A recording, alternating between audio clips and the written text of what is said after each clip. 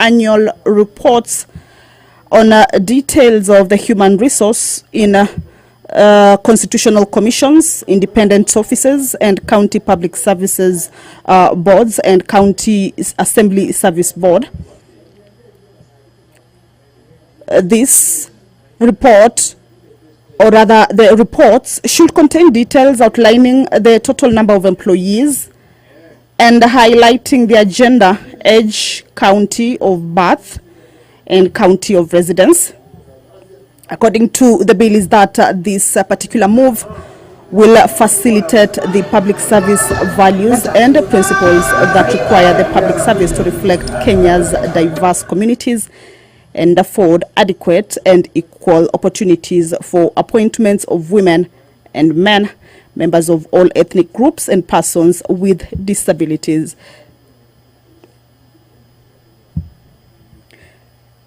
This is a bill that is at its second reading stage and will be considered in this afternoon's sitting.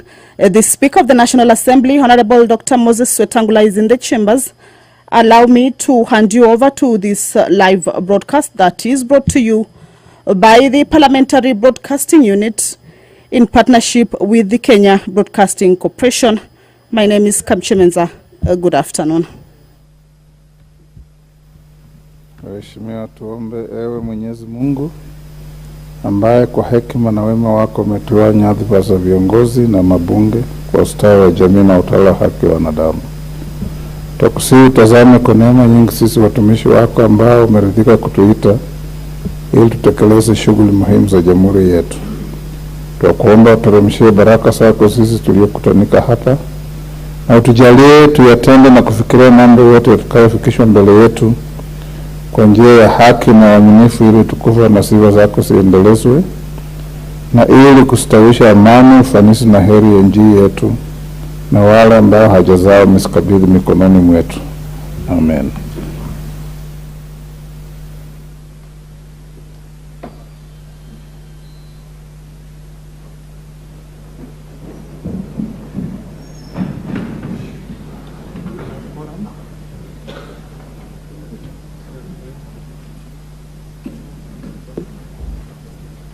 Sergeant, continue ringing the division bell.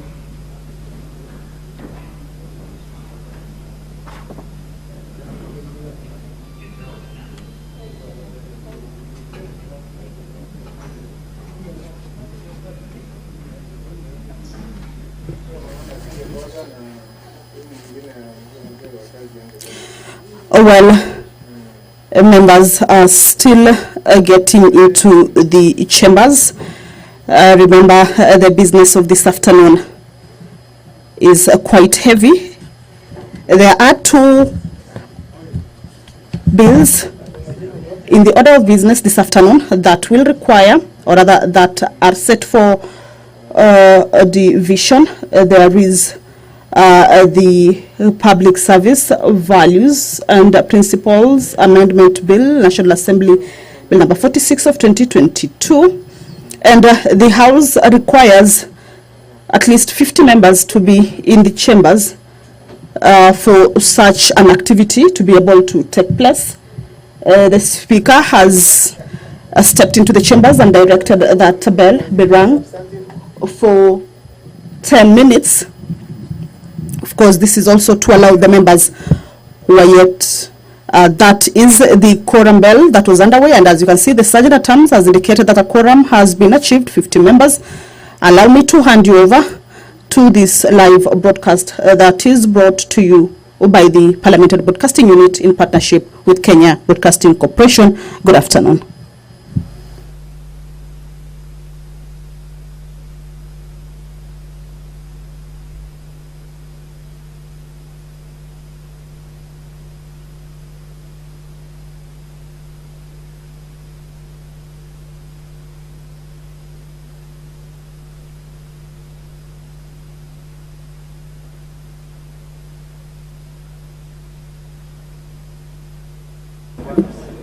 All honorable members, we now have quorum to transact business.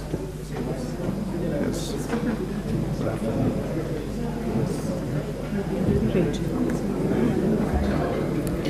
Order number 1, administration of oath.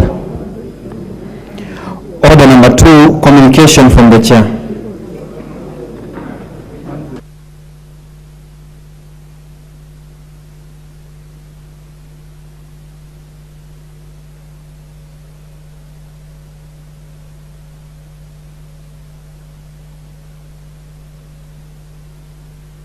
Clerk,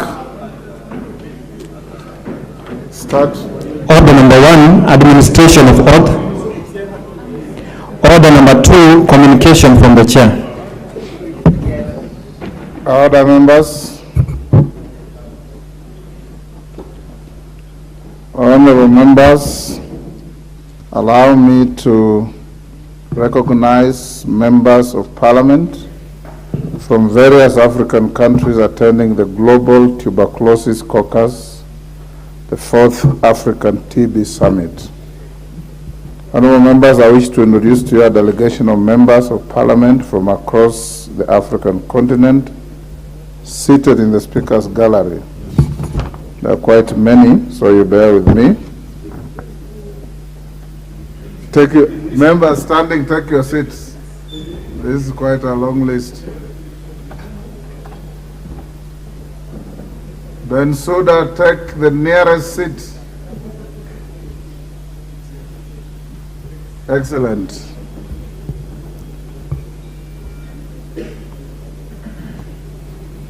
I should give the honorable member for Makwiny a minute to sit, being a PWD member. Honorable Rossi Museo, take the nearest seat.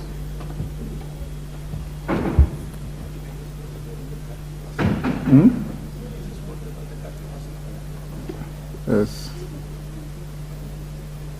Thank you, Ross. Honorable members, the colleagues in the speaker's gallery are 1, Honorable Alima Daud, Deputy Minister of Health, Malawi. Honorable Pierre Flampiu Ngayap, Member of Senate Bureau, Republic of Cameroon, Francophonie Co-Chair. Honorable Eso Libanza Leon, Member of Parliament from DRC Congo. Honorable Mahat Ahmad Taha, Member of Parliament from Chad. Honorable Sakhayurun Halia, Member of Parliament from Chad. Honorable Zakaria Hassan, Chad Minister of Health. Honorable Joseph Nian Somwarib, Member of Parliament from Liberia. Honorable Jean-Pierre France, Member of Parliament from Mauritius, also a member of the Pan-African Parliament. Honorable Elisha Cliff Ishaku, Member of Senate, Nigeria. Honorable Mark Kurut Nawane, Member of Parliament, Ghana. Honorable Christopher Kalila, Member of Parliament from Zambia, Anglophone Co-Chair. Honorable Joseph S. Munzanje, Member of Parliament, Zambia. Honorable Gotthard Kasuto, Member of Parliament, Namibia. Honorable Susan Nouf, Member of Parliament, Cote d'Ivoire. Honorable Daniel Molokele, Member of Parliament, Zimbabwe. Honorable Ruth Lapode, Member of Parliament, Zimbabwe. Honorable Neema Lugangira, Member of Parliament, Tanzania. Honorable Fatima Tofik, Member of Parliament, Tanzania. Honorable Faustin Ndugulile, Member of Parliament, Tanzania. Honorable Abuk Payit Ayik, Member of Parliament, South Sudan. Honorable Elsina Maridze, Member of Parliament, Mozambique. Honorable Nohu Arba, Member of Parliament, Niger. Honorable Joel Sebikala, Member of Parliament, Uganda.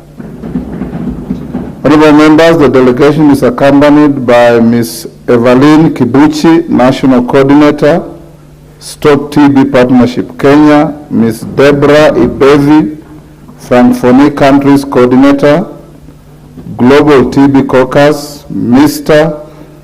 Paidamoyo Magaya, Anglophonie Countries Coordinator, Global TB Caucus, and Chief Austin Obiefuna, Vice Chair, Stop TB Partnership, Geneva. Honorable members, the delegation is in the country to attend the Global Tuberculosis Caucus, 4th African TB Summit 2023 under the theme, Future Proof, Africa TB Summit 2023, driving high-level political will to meet United Nations high-level meeting, UNHLM targets of ending TB. Honorable members, the summit brings together parliamentarians, civil society organizations, experts, and technical partners from across Africa. The summit provides an opportunity for parliamentarians and relevant stakeholders to discuss how to collaborate better within their countries to ensure an impactful TB response in preparation for the UN high-level meeting on TB in September 2023. Honorable members, the Global Parliamentary TB Caucus is an international network of MPs across the world who came together with the sole objective of addressing TB globally and in their individual countries. It was founded and launched in 2014 as a platform for improved political commitment to tackle TB, one of the world's most infectious killer diseases. Honorable members, our own National Assembly TB Caucus, which was established in 2016, with a membership of 30 members of parliament drawn from across the various political parties represented in the House, are now led by the member for Matungulu, the Honorable Stephen Mule MP, who is the co-chair of the African Regional TB Caucus, is spearheading the Global Tuberculosis 4th African TB Summit 2023. Honorable members, on behalf of the National Assembly and my own behalf, I welcome the delegation to Parliament and wish them a fruitful engagement during the stay in the country.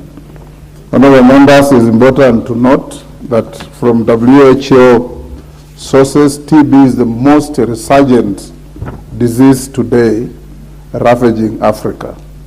So we want to thank Honorable Mule. When I finish the next communication, I'll give you a minute to acknowledge your colleagues. And I encourage you, all members, starting with the Chair of Health, Honorable Bukose, to take a serious attitude and concern about the resurgence of TB that is ravaging people everywhere in Africa. Honorable members, the next communication is a recognition of a delegation from the County Assembly Service Board of Elgeyo Marakwet. I wish to introduce to you a delegation from the County Assembly Service Board of Elgeyo Marakwet, who are seated in the Speaker's Gallery. The delegation comprises members of the County Assembly of the Elgeyo Marakwet Service Board. They are Honorable Philemon Sabulei, Speaker of the County Assembly and Chairperson of the Board. The Honorable Hilary Kiplagat, Vice Chairperson. The Honorable Lawi Kibire, Member. The Honorable Livingston Talel, Member. The Honorable Elizabeth Kaitanyi, Member. The delegation is accompanied by the Clerk of the County Assembly, Ms. Jane Kiptum, Mutahi, and other Assembly staff. The delegation is attending an induction training at the Center of Parliamentary Studies and Training CPST in Karen, Nairobi, to enhance skills and expertise required in the execution of their mandate. On my behalf and on your own behalf, honorable members, I welcome them to Parliament and wish them success in their program. Honorable members, I will give 20 minutes to members who want to comment on the TB issue. Given its importance as I understand it, I'll give Honorable Mule 2 minutes. The rest of the members who want to speak, I'll give you 1.5 minutes each. Thank you very much, Honorable Speaker, and I want to take this earliest opportunity to thank you for your unwavering support to this endeavor. Honorable Speaker, I rise to welcome my colleagues from all over the African nations to our National Assembly in Kenya and to the Kenyan fraternity. Honorable Speaker, the Global TB Caucus is a unique international network of political representatives with support from more than 150 countries, which works exclusively in dealing with high burden of tuberculosis across the globe. Has helped 57 countries to form national TB caucus all over the world, and Kenya has not been left behind. We have the Kenya chapter. The caucus aimed at accelerating progress against the global tuberculosis pandemic through targeted action at the global and regional and national level. Over 2,500 members of parliament work to raise the awareness of the disease and enable cross-cutting policies to transform the response of TB globally. Honorable Speaker, the National Assembly TB Caucus was formed in 2016 and has a membership of 30 members. The caucus is chaired by myself, the member for Matungulu, Honorable Stephen Mule, who am also the chair of the African TB Caucus and the Vice President globally. Mr. Speaker, since its inception, the caucus has been championing initiative towards the ending of TB pandemic in the country and the globe at large through collaborative efforts in non-governmental organizations, civil society organizations, and all other stakeholders involved in the fight against tuberculosis pandemic. Honorable Speaker, upcoming fourth African TB Caucus Summit with the theme Future Proof Africa TB Summit 2023, driving high-level political will to meet United Nations high-level meeting targets for tuberculosis, will be held from today up to Saturday here in Nairobi. The summit seeks to bring together parliamentarians, civil society organizations, experts, technical partners from Anglophone, Francophone, Lusophone Africa to meet alongside members of the Kenya TB Caucus, media, healthcare, and the Ministry of Health. Finish up. Your time is up. Summarize. All right, Mr. Speaker. Mr. Speaker, thank you very much. This morning we have had very fruitful engagement with the Ministry of Health and the members you have seen there. And I believe before Saturday we are going to make the Nairobi Declaration, whereby we are calling on all African presidents to be available in New York in September to make sure that we make an African case to make sure that we end TB once and for all in Africa within the next season by 2030. Thank you, Mr. Speaker, and I want to appreciate you in person. And the members out there, they have asked me to ask and request you to be their patron the way your predecessor, Honorable Muturi, used to be globally. Thank you, Mr. Speaker. Thank you, Honorable Mule. I'll oblige you. Honorable Bukose, 2 minutes. Chair, Health. Thank you, Honorable Speaker, for allowing me. Encourage your colleagues to attend the meeting. Thank you, Honorable Speaker, for allowing me to join Honorable Mule in congratulating the honorable members from the African region for attending this Nairobi Summit on TB. Honorable Speaker, just for your information and the information of the House is that we attended, we had members from the Health Committee. We had Dr. Nyekal, we had Honorable Sunguli, and others who attended the meeting this morning. And I think this is a very important sensitization meeting. I was there when we started the Kenyan chapter of this caucus, and even when we joined our global brothers in Barcelona to launch the global DP caucus for members of parliament, and I've been a member up to today. And the Honorable Speaker, I think we've made tremendous achievements, and we want to ask members that this caucus is actually to encourage for resource mobilization, local resource mobilization for us to end TB. And it is important that to understand that globally, for us to end TB, our target is around 57 billion US dollars. Currently, we are putting around 0.9 billion US dollars per year, and that is way below, which is around 0.015%, which is very low. So I think we need members to understand that this is something that is doable, and if we come together, we can be able to mobilize resources, we can be able to eliminate tuberculosis. Thank you, Honorable Speaker. Thank you, Dr. Bukoso. Dr. Nyikal. Thank you, Mr. Speaker, for giving me this opportunity. May I also take this opportunity to congratulate and to welcome our colleagues from across Africa for taking time to be here and to actually focus on the issue of TB. Mr. Speaker, I had the opportunity to attend this morning session with them, and two things came out that I really flagged in the 1 hour or so that you are there, that I think should be pursued by both them and us as members of parliament, and this was how to finance TB. And what came out is there is an arrangement called debt swap, that is debt for health, so that if we have debt with the World Bank, the money we are paying to World Bank as repayment of the debt can actually be used to finance TB in our country, and I think that's a great thing that we should all focus on, our budget committee and our colleagues, so that instead of paying this as debt, we actually use it to finance TB in our country and eventually in our continent. With that, Mr. Speaker, I support. Dr. Nyikal, for the record, are you talking of financing the eradication of TB or financing TB? In our world, when we say financing TB, it's understood to be financing the management of TB. So, the management and the eradication of TB. Thank you. So, thank you.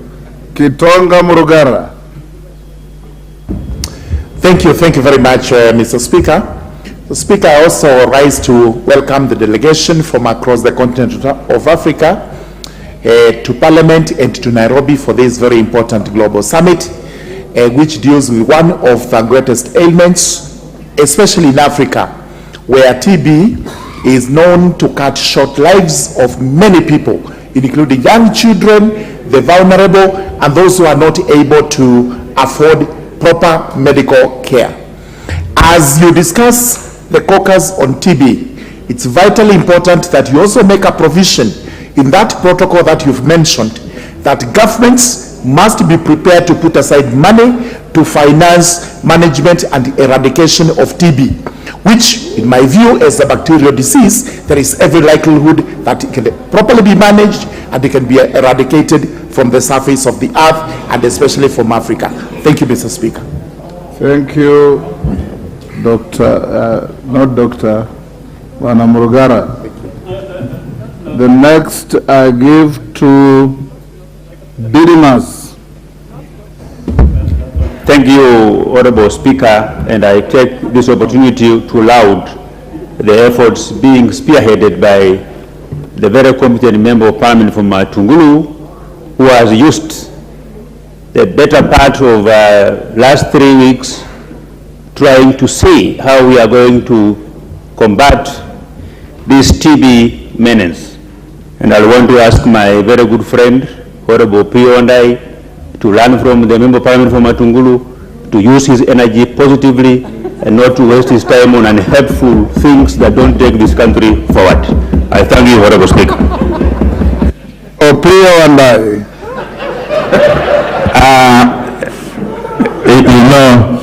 Let me also take this opportunity to welcome the very eminent delegation from the continent of Africa on this mission to eradicate TB. I also wish to acknowledge the County Public Service Board from Elgeyo Marakwet I know they are doing a wonderful job down there. Okay?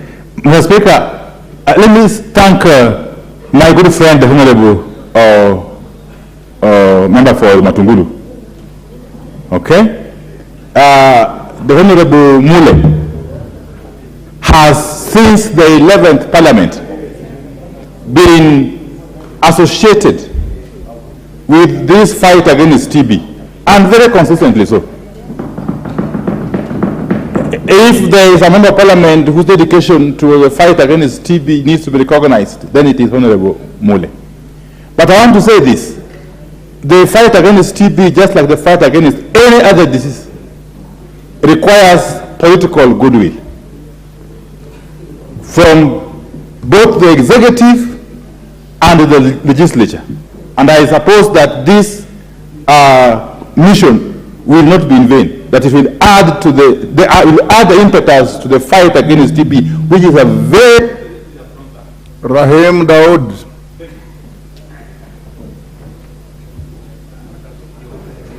Thank you, Mr. Speaker. Mr. Speaker, I would like to welcome the delegations, the members of parliament from the African continent, and my namesake. I had a Dawood as well as an MP from another country, so they should know there is another Dawood, maybe a different color. But let me congratulate Mheshimiwa Mule on his leadership of the TB within Africa. And Mr. Speaker, worldwide we have lost in 2021, up to 2021, 1.6 million people have been lost to TB, and more than 10 million people have had TB up to 2021.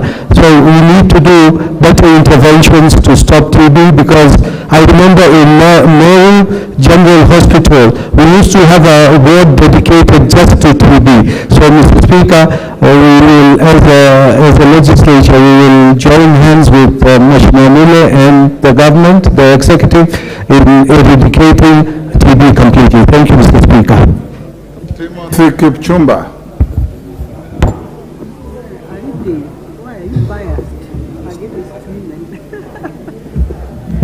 Thank you, Honorable Speaker, for giving me the opportunity to speak on the subject matter. But Honorable Speaker, before I speak, I would like to welcome the delegation from the County Assembly of Elgeyo Marakwet. Honorable Speaker, prior to joining this Parliament, I served in the County Assembly of Elgeyo Marakwet from the year 2013 to 2022 as the legal counsel to the County Assembly of Elgeyo Marakwet. So, Honorable Speaker, I learned a lot from the County Assembly of Elgeyo Marakwet, and therefore I welcome the delegation. Honorable Speaker, that is my contribution. Thank you. Thank you. Makali Mulu. Thank you very much, Honorable Speaker. Honorable Speaker, let me join the honorable members and yourself in welcoming this delegation from our colleagues from Africa. Honorable Speaker, I want also to single out two of those colleagues who we serve together in the CPA EXCO Africa region. That is Honorable Kasuto from Namibia and Honorable Christopher Kalila from Zambia. So most welcome to Kenya once more. Honorable Speaker, this caucus is doing a good job for this country and also for the rest of Africa and internationally, and we wish them well as a house. The only thing we can do is we support the caucus, which is led by my colleague Honorable Mule, and more so provide resources for eradication of TB, Honorable Speaker. Thank you very much. Thank you. Mara Wangari. Thank you, Mr. Speaker. I also join my colleagues in welcoming the delegation and also congratulating Honorable Mule for his consistency in the fight against TB. And Mr. Speaker, this is also part of the SDGs. We recently held the high-level political forum in New York on SDGs. And SDG 3 of good health and well-being, this is part of it. And more importantly, Mr. Speaker, TB in children is very hard to diagnose, and by the time it is diagnosed, it's usually very late. They are being treated for several other ailments and not TB, so it becomes fatal, yet it can be prevented and it can be treated. So I want to encourage the team to continue and for all of us to support the caucus in the fight against TB in the country, in the globe, and even in this continent. Thank you, Mr. Speaker. Majority Leader. Thank you, Honorable Speaker. Let me also take this opportunity to welcome the Global Caucus on TB. Honorable Speaker, Africa indeed is one of the places where this disease is very prevalent, and mostly because of our crowded neighborhoods, especially those in urban areas and peri-urban areas where there are slums and people live in very abhorrent conditions, and therefore such communicable diseases become very easy to spread.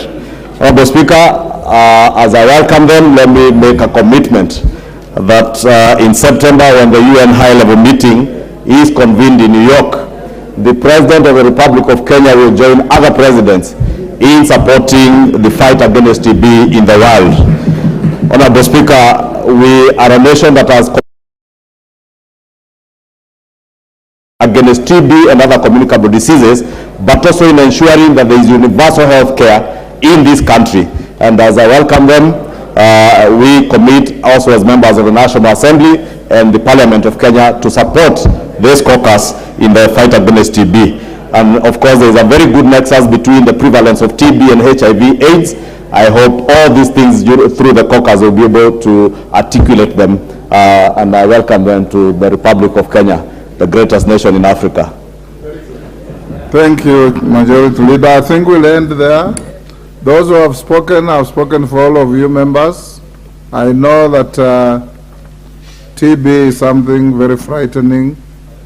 Visit your local hospitals and you'll see the pain that TB patients go through. Honorable members, I want to acknowledge the following schools in the public gallery: St. Augustine, Mwingi Boys, Mwingi Central, Kitui; Kimuri Primary School, Kinangop, Nyandarua; Sunrays School, Ruaraka, Nairobi; Zion Peak Primary School, Rongai, Nakuru; St. Bonaventure School, Maara in Tarakaniti. On your behalf and on my own behalf, I welcome the students and their teachers to the House of Parliament. Next order. Order number 3, messages. Order number 4, petitions.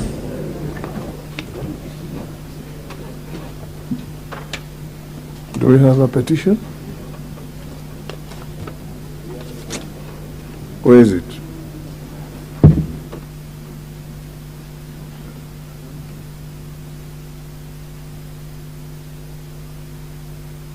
Kipchumba, you have a petition to present? Yes, Honorable Speaker. Thank you, Honorable Speaker, for giving me this opportunity to prosecute this petition which is before the floor of this House. Honorable Speaker, I rise pursuant to Article 119 of the Constitution of Kenya, as well as Standing Order 219 of the National Assembly Standing Orders, to raise a petition regarding deregistration and dismissal of Mr. Joseph Kimeli Chebi by the Teacher Service Commission. Mr. Speaker, on behalf of Mr. Kimeli Chebi, a resident of Marakwet West, where I come from, I wish to draw the attention of the House to the following issues. Mr. Speaker, that Mr. Joseph Kimeli Chebi of ID number 7372032 was engaged as a teacher by the Teacher Service Commission in May 1990 and deployed to various schools including Kidiros Primary School, Kokongwe Primary School, and Kibirej Primary School within Marakwet West. Mr. Speaker, that when serving as the head teacher of Kibirej Primary School, Mr. Chebi was interdicted on the 14th day of May 2014 by the Teacher Service Commission for allegedly having carnal knowledge with one of their pupils. Mr. Speaker, that on the 23rd May 2014, he was charged before Iten Law Courts with the offense of defilement, whereupon he was released on bond. Mr. Speaker, that Mr. Chebi appeared before the Teacher Service Commission, County Director at Eldoret, for the hearing of this plenary case, during which he was neither represented by counsel nor given an opportunity to address or cross-examine the key witness who was the complainant, thereby infringing upon his right to fair hearing. Mr. Speaker, that on the 13th day of July 2015, he received 2 letters from the TSC informing him of the Commission's decision to remove his name from the register of teachers and to dismiss him from service on the allegations on the alleged but unsubstantiated grounds. Mr. Speaker, that despite his appeal, the Commission upheld his deregistration and dismissal without informing him of his right of being accompanied by an advocate. Mr. Speaker, that the deregistration and dismissal constituted grave injustice since the TSC did not properly investigate the allegations leveled against him and arrived at decision solely on hearsay. Mr. Speaker, that the complainant in the defilement case gave birth to a child whom she claimed belonged to Mr. Chebi, but the resultant DNA test turned negative as contained in the government analyst letter dated 21st June 2017. Mr. Speaker, that based on the DNA test, the court acquitted Mr. Chebi on the 24th day of January 2018, and the High Court further dismissed the complainant's application for revision on 24th July 2019, marking the end of the protracted legal battle. Mr. Speaker, that since his unlawful dismissal, Mr. Chebi has suffered great prejudice and irreparable harm, and efforts to seek his reinstatement and re-registration by the Teacher Service Commission in light of his acquittal by a court of law have been futile. Mr. Speaker, that the issues in respect in which this petition is raised are not pending before any court of law or any other constitutional or legal body.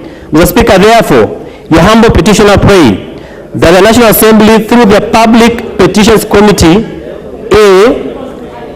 investigates the matter with a view of declaring Mr. Chebi's deregistration and dismissal from service by the TSC as unfair, irregular, and unlawful. Mr. Speaker, secondly, that the Committee on Petition inquires into the matter in order to secure the reversal of his dismissal, his reinstatement by TSC, re-registration in the Register of Teachers, as well as remittance of all his dues from the date of his unfair dismissal. So, Speaker, third, that the Committee on Petition reviews and strengthens the existing TSC policies on disciplinary procedures and to ensure that allegations of sexual misconduct involving teachers and learners are thoroughly investigated and dealt with in a fair and just manner. Finally, Mr. Speaker, that the Petition Committee of this House considers enacting or amending existing laws on disciplinary procedures and to provide better safeguards for teachers against arbitrary and unjust dismissals based on unfounded allegations, thereby upholding their rights to due process and a fair hearing. Mr. Speaker, in summary, Mr. Speaker, this teacher was employed and served. Order, Honorable Timothy. You are going beyond what the standing orders allow you. Guided, Your Honor. You present the petition as given to you by your constituent. Once you are done, you are spent. The only forum you may have is you can go to the Petitions Committee and help your friend or client or constituent in prosecuting the petition. Honorable members, that petition stands committed under Standing Order 227, the Committee on Public Petitions. Next order. Order number 5, papers. Majority Leader. Thank you, Mr. Speaker, sir. Honorable Speaker, I beg to lay the following papers on the table of the House today, Thursday, 28th July 2023.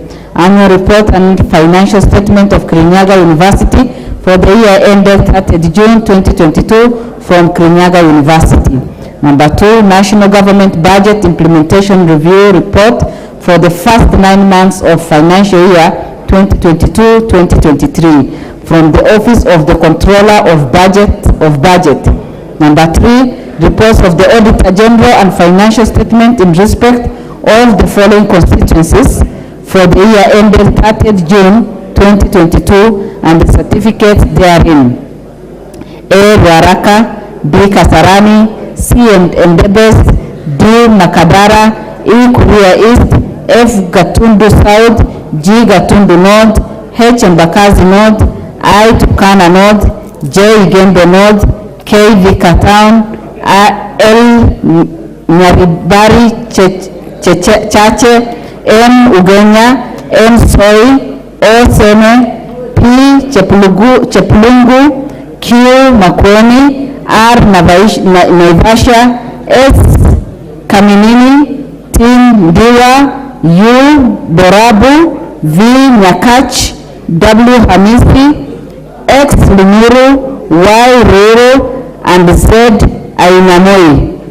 Thank you. Chairperson, Select Committee, Decentralized Funds Accounts. Gideon Mulyungi. Thank you, Mr. Speaker, sir. Mr. Speaker, I beg to lay the following paper on the table of the House today, Thursday, 27th July 2023. Report of the Decentralized Funds Accounts Committee on its consideration of the reports of the Auditor General on the financial statements for the National Government Constituency Development Fund for 12 constituencies in Kakamega County for the financial years 2013-2014, 2014-2015, and 2015-2016.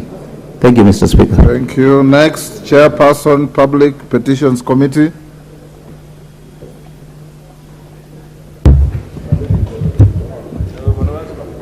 Thank you, Honorable Speaker.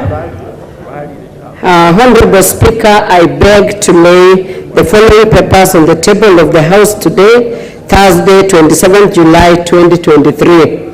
Reports of the Public Petitions Committee on its consideration of the following petitions. 1. Public Petition number 6 of 2022 by Honorable Dr. James Nikal regarding compensation for Nyanza Western Caucus of internally displaced persons. And 2. Public Petition number 12 of 2023 by Honorable Edith Menza regarding the desiltation of Matinga Dam. Thank you, Honorable Speaker. Next order. Order number 6, notices of motion. Chairperson, Select Committee, Decentralized Funds Accounts. Honorable Mulyungi Gideon. Thank you, Mr. Speaker. Mr. Speaker, I beg to give notice of the following motion, that this House adopts a report of the Decentralized Funds Accounts Committee on its consideration of the reports of the Auditor General on the financial statements for the National Government Constituency Development Fund for 12 constituencies in Kakamega County for financial years 2013-2014, 2014-2015, and 2015-2016, laid on the table of the House on Thursday, 27 July 2023. Thank you, Mr. Speaker. Thank you, Honorable Mulyungi. Next order. Rosa Buyu. Thank you, Honorable Speaker. Honorable Speaker, pursuant to Standing Order 33-1, I seek leave for the adjournment of the House for purposes of discussing a definite matter of urgent national importance regarding the reported police brutality in various parts across the country. Honorable Speaker, Article 37 of the Constitution provides for the right of every person to assemble, to demonstrate, and to picket. Additionally, the Constitution in Article 36 confers all citizens with the freedom of association. Over the last few weeks, Mr. Speaker, citizens from all walks of life have been exercising their constitutional freedom and right to associate, to assemble, and to demonstrate across the country against the high cost of living. Mr. Speaker, sadly, there have been cases of obstruction of the exercise of these freedoms and rights by the police, including reported incidents of harassment and police brutality. This unwarranted use of force against unarmed civilians has especially been experienced in Nairobi, in Kisii, in Kisumu, in Migori, in Busia, in Makwiny, and Homabay counties, which has led to the death of more than 20 people, as well as fatal injuries to numerous citizens. Honorable Speaker, it is against this background that I seek leave for adjournment of the House to discuss this matter of great national concern with a view to exploring possible and lasting solutions to this unjustified contravention of the law. Thank you, Honorable Speaker. Sabuyu, do you have the requisite number to support?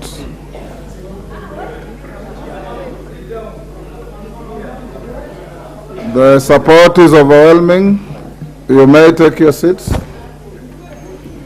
Take your seats. Order.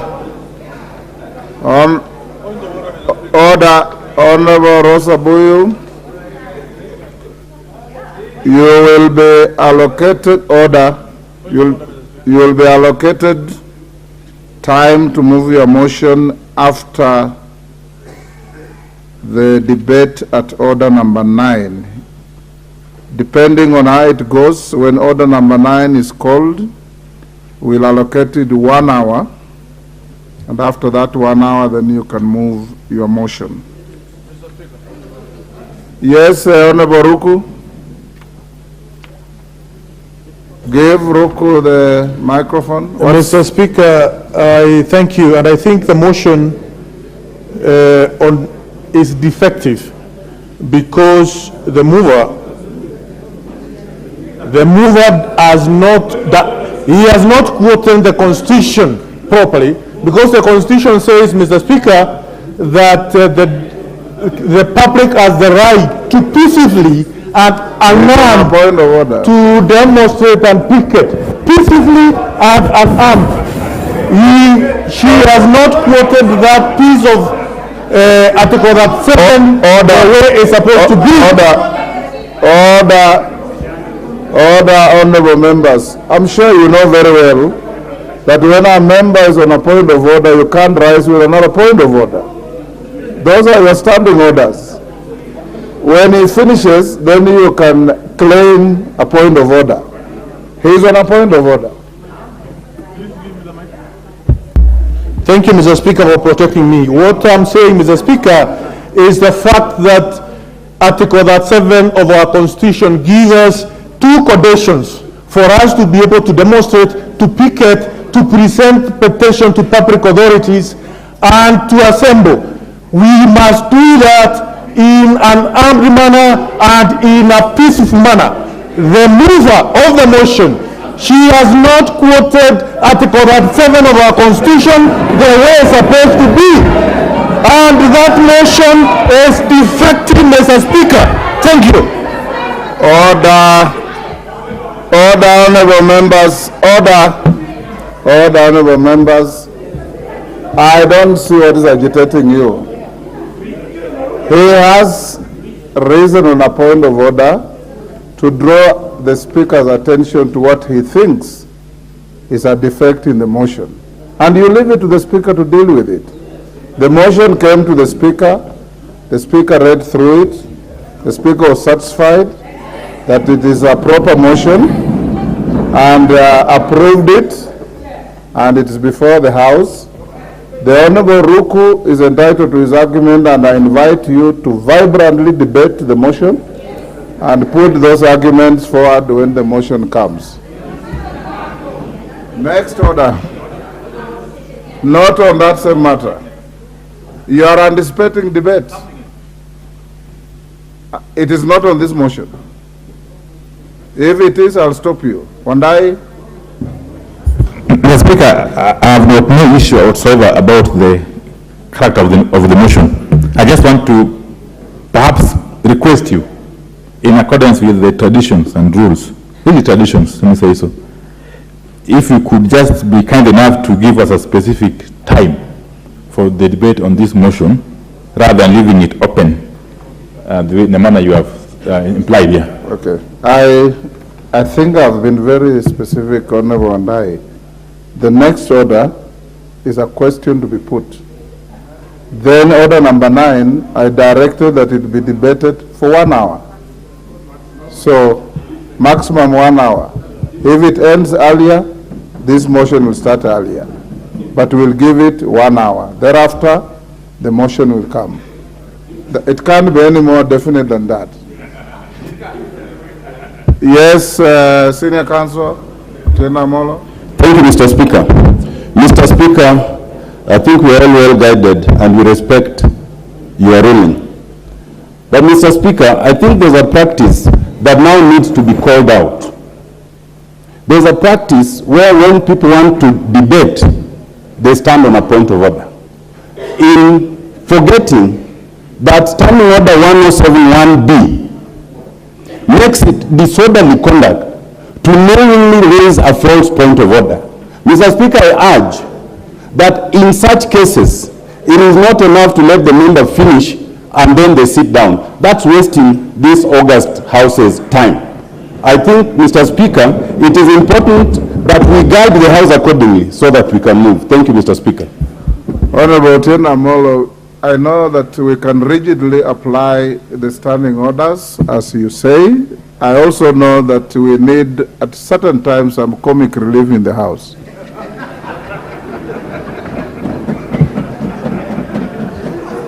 Next order. Order number 7, questions and statements.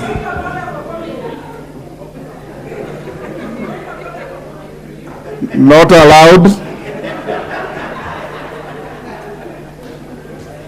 Honorable members, order. Naomi Wako, take your seat. Honorable members, at order number 8, we now put... Oh, you're number 7. Sorry. Oh, sorry. We are at order number 7. We have a statement from the Honorable Ngeleche. A very important statement. Thank you, Mr. Speaker. Honorable Speaker, I raise pursuant to Standing Order 259D 2B to notify the House of the great achievement in the past few weeks of Ms. Faith Kipyegon and Mr. Ferdinand Omanyala. Mr. Speaker, I take note that Faith Kipyegon is a resident of Elgeyo Marakwet County and I therefore would wish her recognition. Honorable Speaker, in the past month, Ms. Faith Kipyegon, a world-renowned Kenyan athlete, participated in various competitions, including the Monaco Diamond League. Her performance has been exceptional and reflects the Kenyan spirit of hard work, discipline, and perseverance. Notably, on 2nd June 2023, Ms. Kipyegon broke the 1500 meters world record in Florence, Italy, with a new time of 3:49:11 seconds. 1 week later on 9th June 2023, she again broke the 5,000 meters world record at the Paris Diamond League with a new world record of 14:5:20. In a further display of her consistency and hard work, on 21st July 2023, Faith Kipyegon shattered the 1 mile world record at the Diamond League in Monaco with a time of 4 minutes, 7 seconds, .64. These exceptional achievements, Mr. Speaker, ought to be celebrated by all Kenyans. Ms. Kipyegon has previously won both the Olympic and World Athletic Championship in 1500 meters title. She is an icon athlete who ought to be emulated by our own youth and indeed by all. We wholeheartedly congratulate her for this iconic achievement. Ongera Dada Kipyegon, Kongoi Faith. On the other hand, Honorable Speaker, another son of our soil, Mr. Ferdinand Omanyala, has consistently outperformed other sprinters in Africa and beyond to emerge victorious. Mr. Omanyala, who is the current Commonwealth Games 100 meters champion, made history after becoming the first Kenyan to win the 100 meters race at the Diamond League on Friday, 21st July 2023 in Monaco. He is also the reigning African 100 meters champion. Omanyala's unwavering commitment in the unyielding passion for the sports has propelled him to the new heights, solidifying his place among the elite sprinters of his generation. We congratulate him for his faith. Hongera Kaka Omanyala. Honorable Speaker, the achievements by Ms. Faith Kipyegon and Ferdinand Omanyala reminds us that with steadfast dedication, resilience, focus, and desire to succeed, anything is possible. These Kenyans also serve a great inspiration, especially to young Kenyans. Mr. Speaker, as you can remember, we also have so many other athletes in this republic, like Mercy Cherono, who is a champion in the road race and 5,000 meters. We also have Helen Obiri, we have Teres Chepchirchir, Faith Cheriot. Among others, we have the gentleman Geoffrey Kamoror, Emmanuel Korir, Evans Chebet, Kevin Kiptum, who is predicted to be lowering further the marathon world record. Honorable Speaker, it is in these spaces that I wish to notify the House of these achievements and request that the tributes of the House be recorded in honor of Ms. Faith Kipyegon and Mr. Ferdinand Omanyala. I thank you, Honorable Speaker. Thank you, Honorable Ngelechei. Indeed, the two athletes and many others you have mentioned join the long array of great Kenyans, and they confirm, as Eliud Kipchoge said, no human is limited. Next order. You want to pay tribute? Yes, Nguna. Yeah? Thank you, Mr. Speaker, for giving me this opportunity to just congratulate our athletes for the exemplary performance they are doing internationally. Mr. Speaker, since I am a serious and a passionate sportsman, I have never seen anyone breaking world records in 3 consecutive races. Congratulations to Faith Kipyegon for that exemplary performance.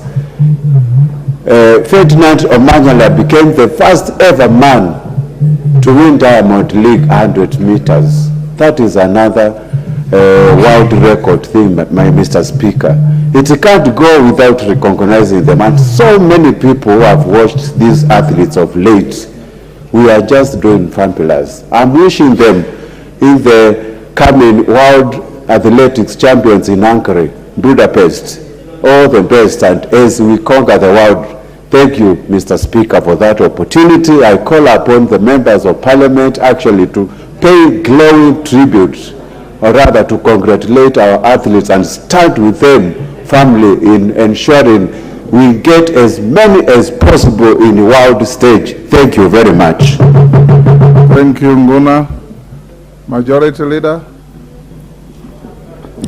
Thank you, Honorable Speaker. Allow me to take this opportunity also, and first to thank Honorable Ngelechei for having thought of us paying tribute and congratulating Faith, who has done marvelously well for this country. And indeed, her achievements in the last few months, breaking 3 world records together with Omanyala, is no mean feat. And we congratulate her and thank her for raising our flag very high when internationally our country looks like there was nothing good coming out of it other than people chasing each other in the streets. At least we saw a young lady from the Great Rift doing marvelous things around the world and putting her name on the world map. Honorable Speaker, if you can protect me from this young member who is gesturing at me menacingly, and I don't know his name. We'll get to know him as time goes on.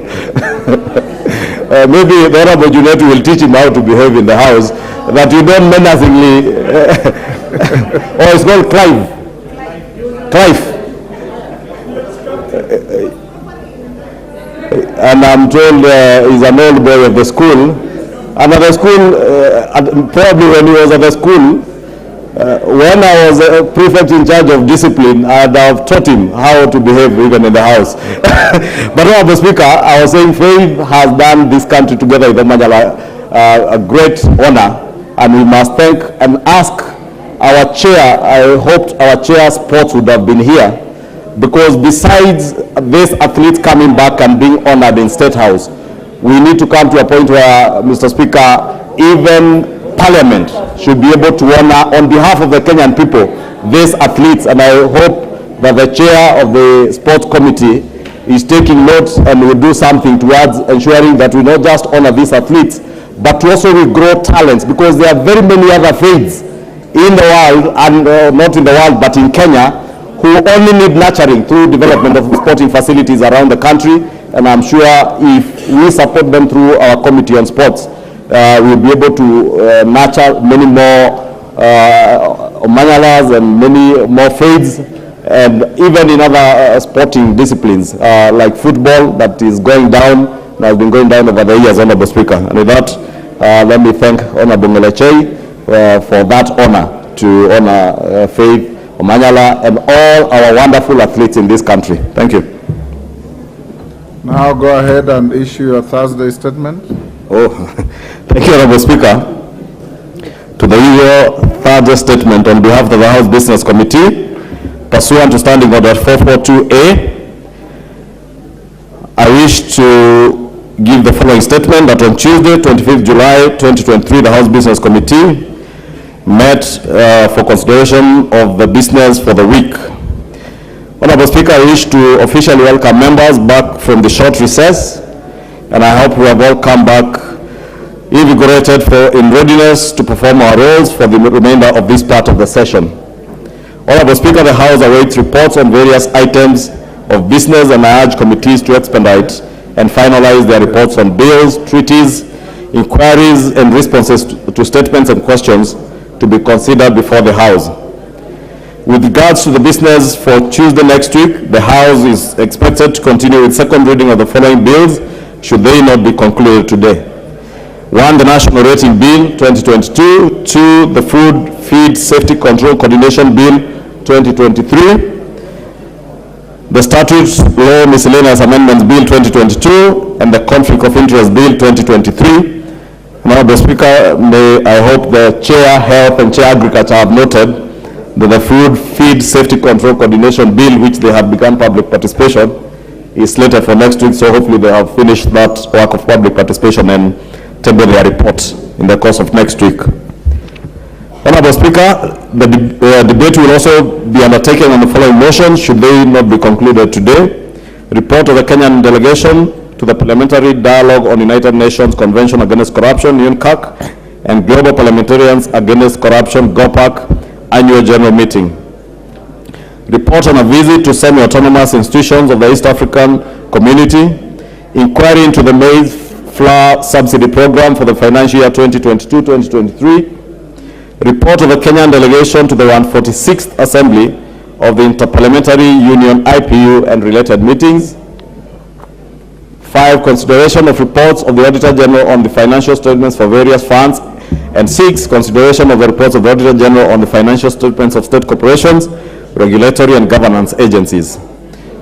Honorable Speaker, in accordance with the provision of Standing Order 42A, 5 and 6, I wish to convey that the following Cabinet Secretaries are scheduled to appear before the House on the afternoon of Wednesday, 2nd August 2023, to respond to questions.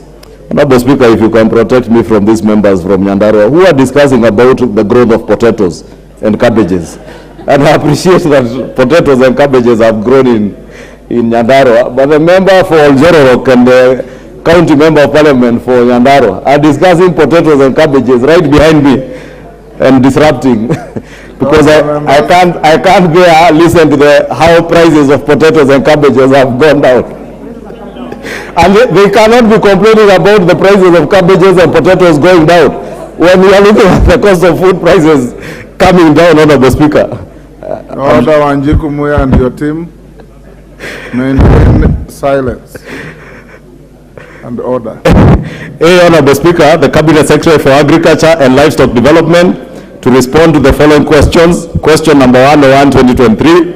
By Honorable Karoli Omondi, MP, regarding the reemergence of animal diseases and proliferation of unlicensed and unregulated animal medicines in the country.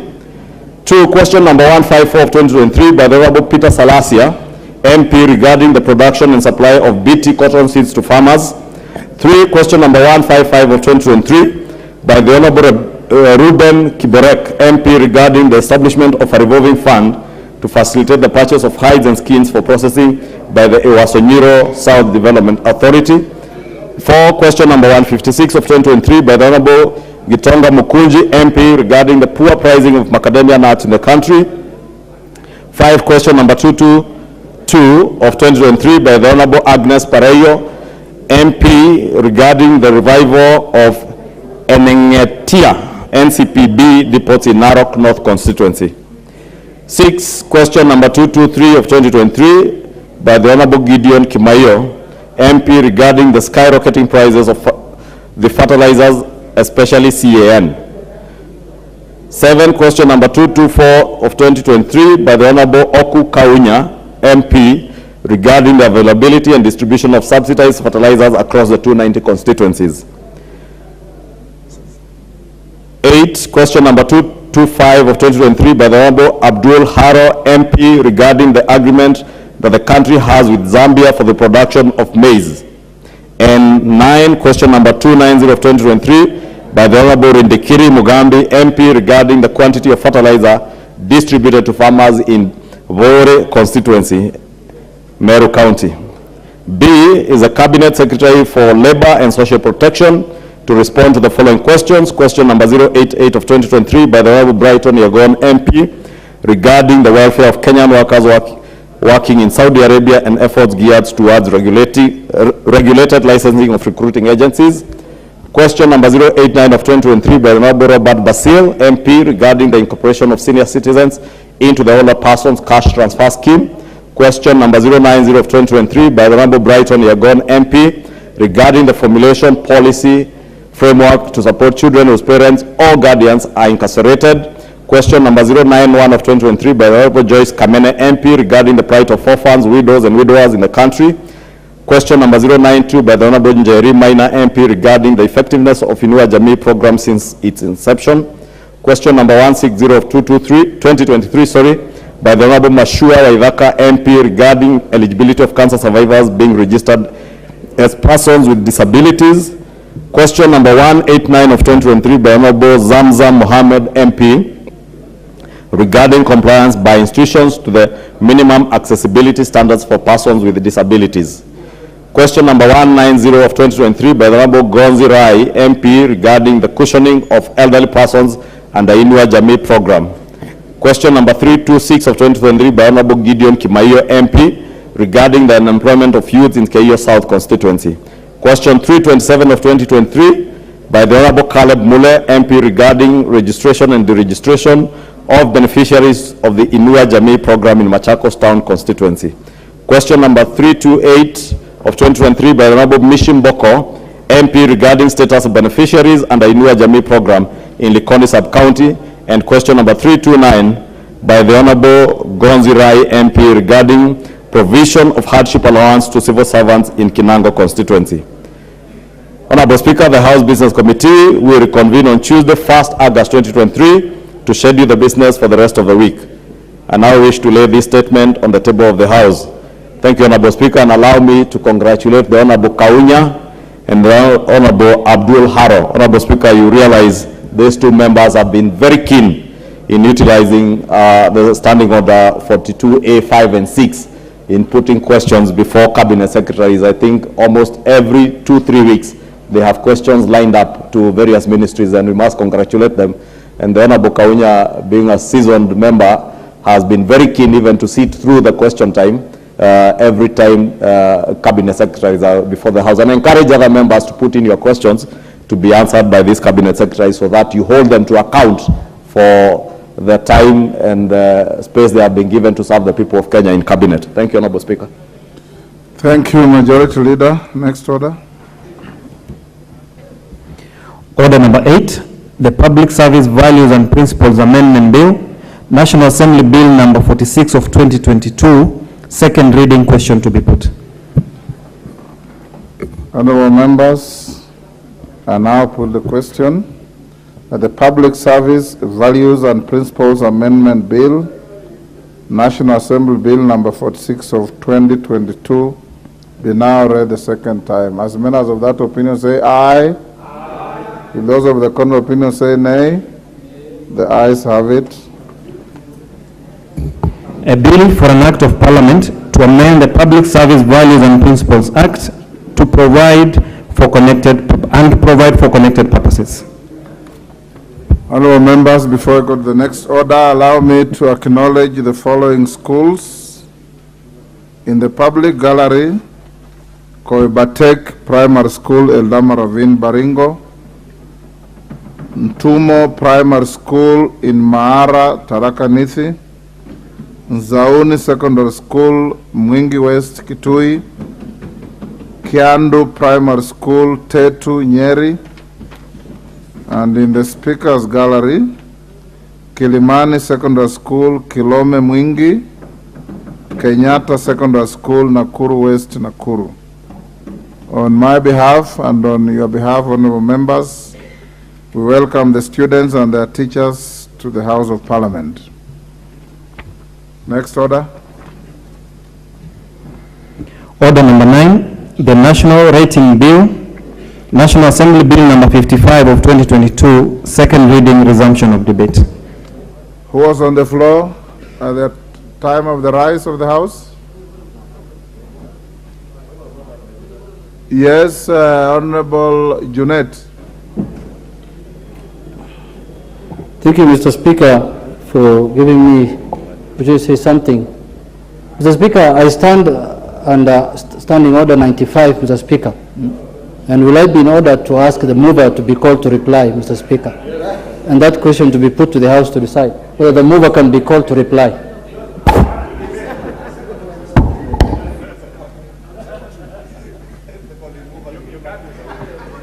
What are you seconding? You know, Mr. Speaker, there are always developments in the House. Ordinarily, it is not seconded, but this is a very important. It's a very important matter raised by the Honorable Junet. You know, he normally doesn't sit in the House, Mr. Speaker. So I am seconding this one. There's no requirement to second, but is that the mood of the House? Are there still members who want to contribute to this bill? Okay, if that's the mood of the House, the Speaker will put the question that the mover be now be called upon to reply. As members of that opinion say aye. Aye. Will those of the contrary opinion say nay? The ayes have it. Mover. Thank you, Honorable Speaker, and let me thank the minority whip, because I'm sure as much as he was not in the House, he was watching the number of people that contributed to this debate. And because we still have another chance to debate it during third reading, and this is a bill that concerns counties, to be heading to the Senate, so that we allow the Senate also to have time to debate and send it back to us for concurrence, Honorable Speaker. Allow me to thank all the members who contributed to this debate on Tuesday and Wednesday.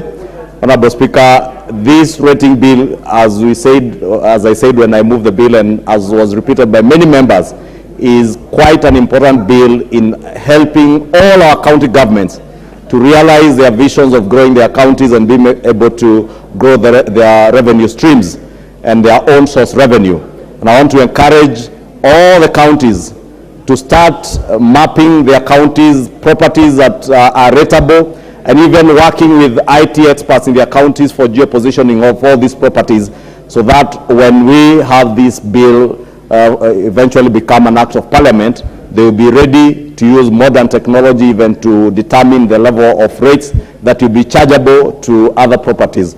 Honorable Speaker, among the issues that members did touch on was the question of agricultural land and the need to protect our agricultural land and range lands for our pastoral communities. I remember the Honorable Sarah Correa was very particular on protection of community held land, so that communities that are in the pastoral areas do not lose their land being auctioned by county governments because they've not been able to pay rates for community land and range lands that are used by our pastoral communities for herding their livestock. Honorable Speaker, I hope the committee chair, lands, also did take note of all those issues, and they will be taken care of during third reading. And also, I'm sure senators who are listening, and they may also do the necessary justice to this bill when it gets to them. With those very many remarks, Honorable Speaker, I beg to reply.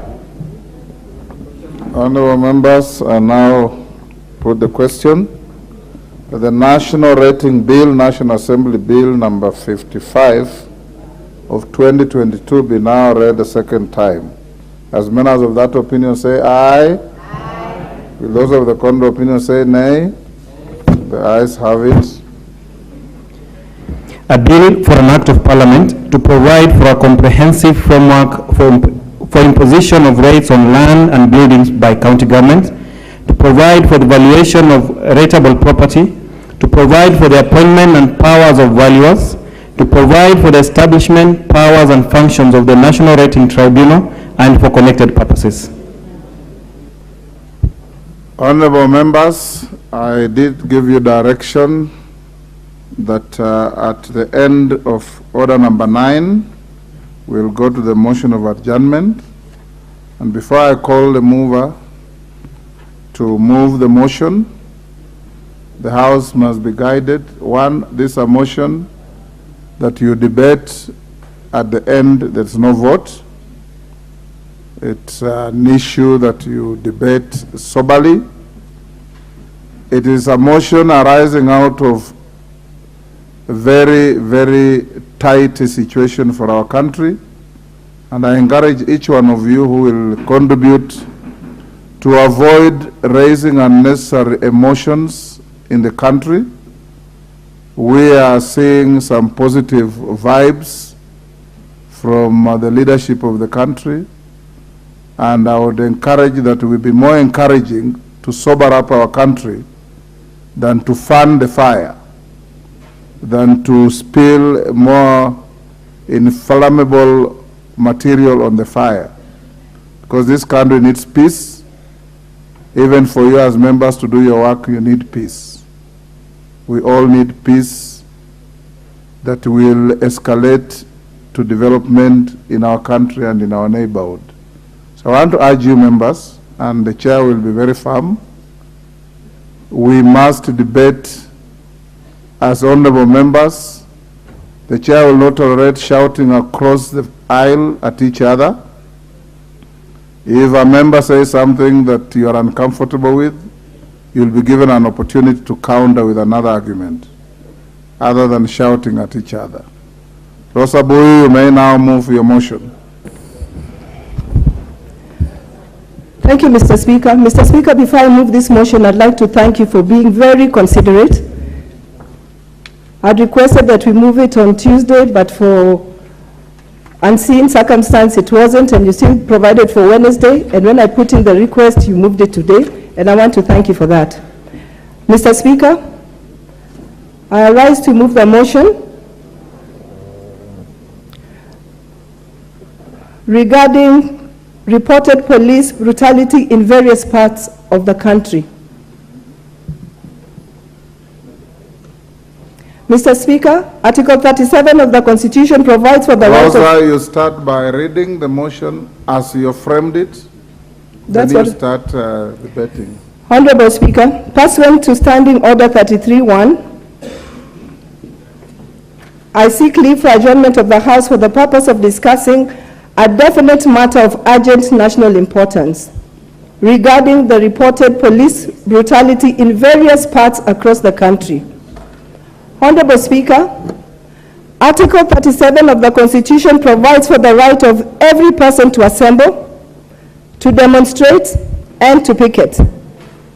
Additionally, the Constitution in Article 36 confers all citizens with the freedom of association. Over the last few weeks, Mr. Speaker, citizens from all walks of life have been exercising their constitutional freedoms and rights. It is Madam Speaker now. Thank you. Thank you, Madam Speaker.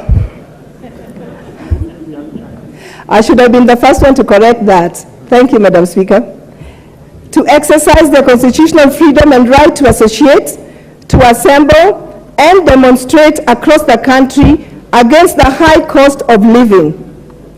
Madam Speaker, sadly, there have been cases of obstruction of the exercise of these freedoms and rights by the police, including reported incidences of harassment and police brutality.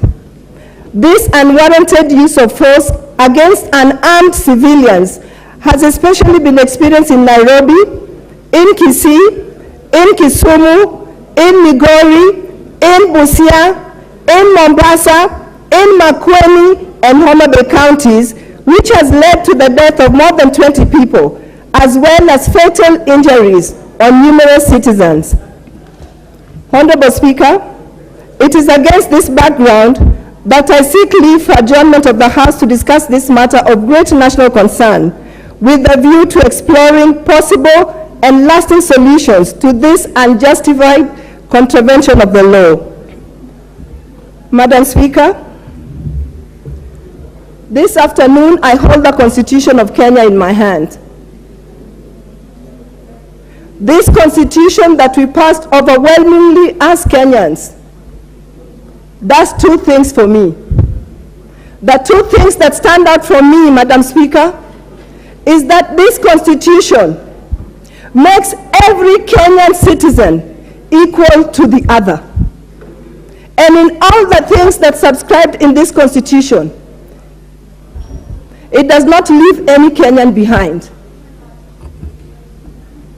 Madam Speaker, in cases where there's been unnoticed discrimination, this Constitution comes up with opportunities and clauses that talks about affirmative action so that every Kenyan is brought up to nearly as possible equal as the other.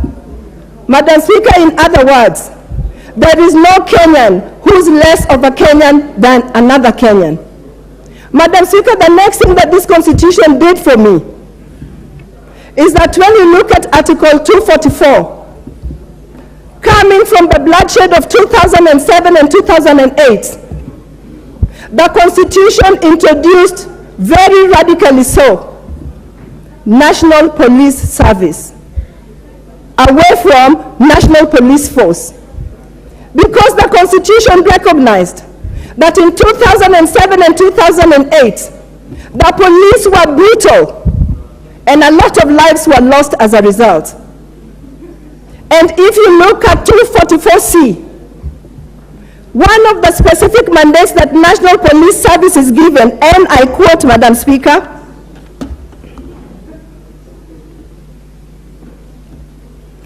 is to comply with the constitutional standards of human rights and fundamental freedoms. End of quote.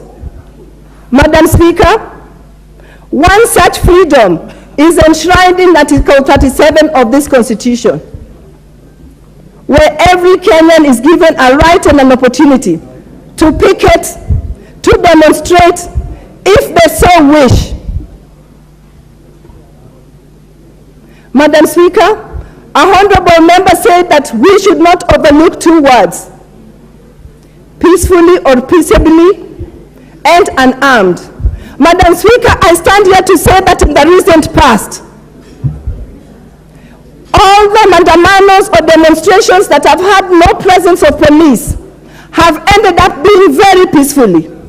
One such demonstration was one that was carried on in Siaya and was reported in our local TV stations. Another such demonstration was one that was carried in Kisumu West 2 weeks ago, where no police was present, and between 11 a.m. and 5:30 a.m., citizens demonstrated peacefully and went home without any incidents. Madam Speaker, it is therefore proven that the police, instead of acting in their protection role, actually provokes demonstrators who are otherwise very peaceful. In the provocation, Madam Speaker, there's tear gas, there's water batons, there's live bullets, which are used to shoot innocent, peaceful, unarmed demonstrators. Madam Speaker, I've stood on the floor of this House several times to actually protect the police and to actually fight for better living standards for the police. But on this front, the police of Kenya has failed Kenyans. They've turned into a killing squad. As I stand here today, you're seeing me in a black headscarf. I'm mourning 2 young men from my sub-location. One killed in Kondele at the flyover, way beyond the time of the demonstration. But as he's going home from work, a policeman at the flyover shoots at him. The boy had absolutely nothing. The other one killed in Kitengela. Madam Speaker, if you look at the 20 reported deaths, you will find that most of them were shot from the back. Madam Speaker, when you shoot people from the back, that means they are actually going. They are not even coming towards you to threaten you, but you choose to shoot them because you have the power of the gun. Madam Speaker, in many parts of this country today, Kenyans are mourning. Many of those young people will actually be buried this weekend, Madam Speaker. But Madam Speaker, we cannot sit and watch this happen without discussing it and seeing how it can be brought to a stop, because tomorrow it will happen to you or your child or your relative.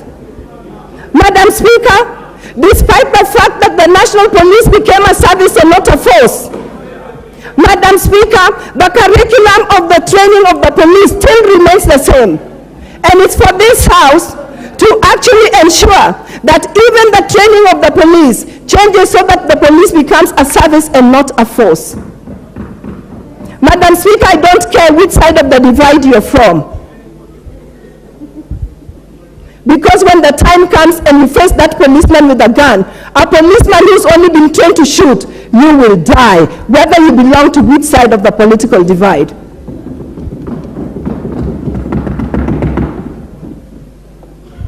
Madam Speaker, for all those who've been slain by the bullet, I ask this House to actually discuss and come up with opportunities where we'll actually ensure that those people who are dead will have justice, and justice that will be seen to be done. They might not be awake, they might not be alive to experience that justice, but we know that their death should not go in vain. Madam Speaker, I beg to move. Thank you, Honorable Rosa. And as guided by the Speaker and our standing orders, honorable members, every consequent member will have a maximum of 5 minutes, no additional, 5 minutes. And we will debate in decorum because this is a very important motion and this is the right place to bring it. So the next chance will go to the member for Endebess, Honorable Robert Pukose. Thank you, Madam Speaker. Madam Speaker, as Honorable Rosa Bui puts it, some of those victims were shot on the back. I ask myself, who was shooting them from the back when they are throwing the stones to the police? Is there somebody who is armed at the back that was shot with guns, that were planning to make sure that these people are shot to create a situation? Because I've listened and seen in many of the TV stations, the other side has been claiming they were shot in the back. Yes, they were shot in the back. But these people, we know them, they were throwing stones at the police who are in the front. So meaning that probably the demonstrators were also armed and shooting the other demonstrators from the back to create a situation. Madam Speaker, what we've seen is a very sad situation. What is where politicians... Thank you, Madam Speaker. Madam Speaker, I really like the spirit and guidance that the Speaker gave. I really hope that we can abide by that. For the Honorable Pukose to stand up and say that these people were throwing stones at the police could he substantiate? Order, Honorable Otiende Amolo, you're the one who raised the issue of abuse of actually point of order. Because Honorable Rosa Buyu also made allegations that were not countered. Please give the member the chance to finish and don't use the points of orders to debate. Honorable Pukose, please continue. Thank you, Madam Speaker, for protecting me from Honorable Otiende Amolo. Madam Speaker, we've seen what has happened. I saw my colleagues from the other side. Whenever this issue has come up of demonstrations, we ask ourselves, the court has made a ruling and it has said, it has given stay orders for the finance bill. What is it that we are demonstrating against? Because if it is a question of even sitting down and negotiating, we had a team that had been formed, headed by Honorable Otiende Amolo and our own good friend, Kitonga Murungaro, the member for Tharaka. This is members of this House. These committees suspended the activities because the minority side and under their leadership called for demonstrations to praise what the court has already given a suspension of implementation, the finance bill. We are talking about the cost of living, which the government is already instituting measures to be able to make corrections, create employment, make the cost of food to go down through subsidies of fertilizers. These other issues, we saw the other day, Baba, former Prime Minister Raila Amolo Odinga, come out very clearly and said, now the President of Tanzania was here to negotiate on these issues. We say, fine, that's okay. But what are these issues that we want to negotiate about? Is it negotiating about the cost of living? Is it negotiating about the cost of food? Which the government is already putting measures to resolve. If you have better ideas, I think it is better for former Prime Minister to sit down with our President, because we now see him recognizing President RUTO that he won fairly. Sit down with President RUTO, tell him how best he thinks President RUTO is not implementing projects to bring down the price of food. Mr. Speaker, what we heard from our colleague is vigils, which to me I think is crocodile tears, because if they had not called for demonstrations, we would not have lost those lives. But they are calling, you will find that when they are doing these vigils, people are pretending to be holier than thou. Order, Honorable Pukose. What is out of order, Eve Obara? Honorable Eve Obara. Madam Speaker, I think we are here to discuss matters on police brutality. Why do you bring in Baba's name here? We have been asked to discuss this matter soberly. Please, Madam Speaker. Order, Honorable. You will get the chance to debate. Please, Honorable members, we are all here. We know the context, and I think Honorable Rosa Buyu has done very well in executing this motion. We will give all of you a chance to contribute. So finish up, Honorable Pukose. You have a few minutes. Finish up. Thank you, Madam Speaker. Madam Speaker, I saw some of them putting on even white clothes and attending vigils. To me, it's crocodile tears. Because if they had not called for the demonstrations, we would not have lost those lives. With those few remarks, I want to note my comments.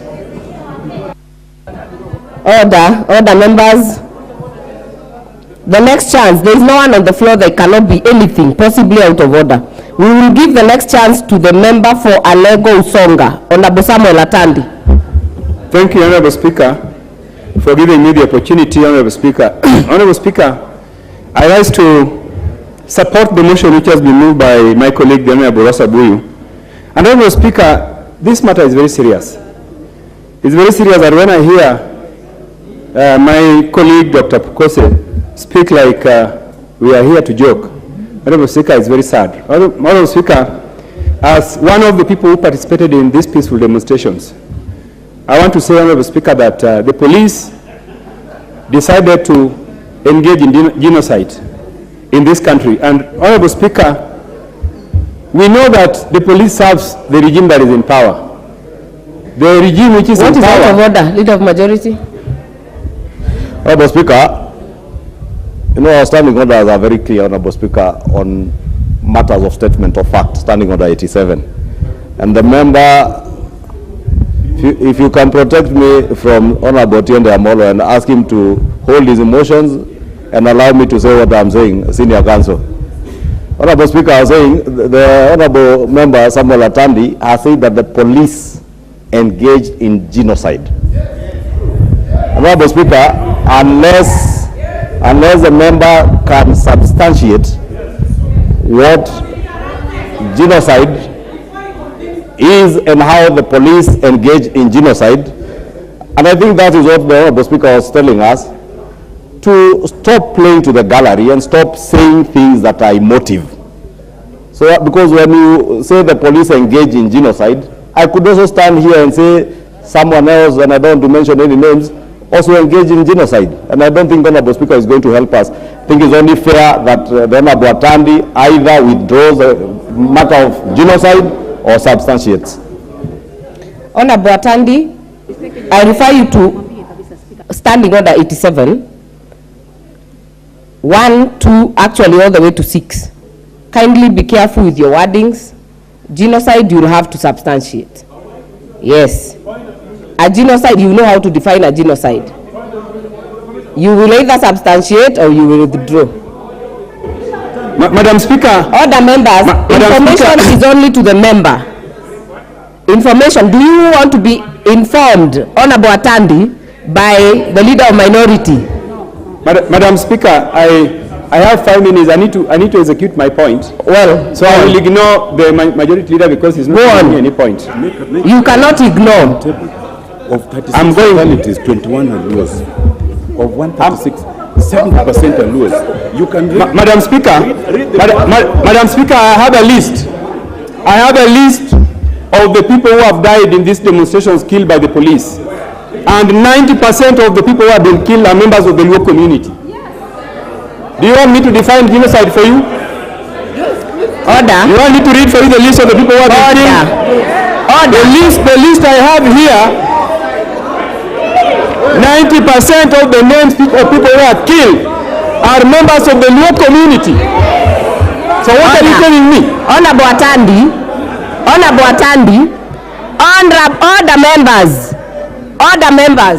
Honorable Atandi, I want to confirm you have actually just been supplied by that paper right now before my eyes, and it doesn't matter, yes, but I will give guidance on this.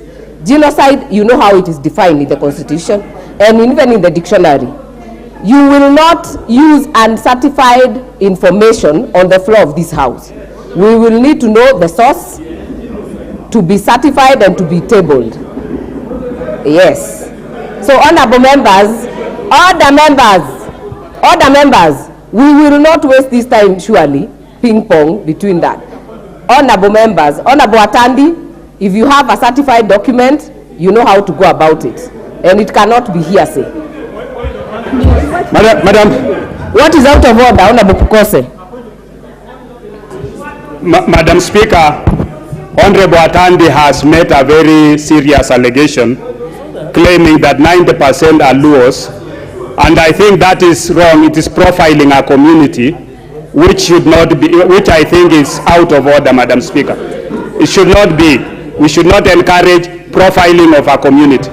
That is not right. Madam Speaker, Honorable Atandi has already said he doesn't want information, so continue, Honorable Atandi. Madam Speaker, before I allow my leader to give information, I want to urge you, Madam Speaker, not to be partisan in this conversation. Because what you are doing to me is you are being partisan. You are encouraging Honorable Kose to stand on a useless point of order when you have given us guidelines that there is no need for us to use this useless point of orders.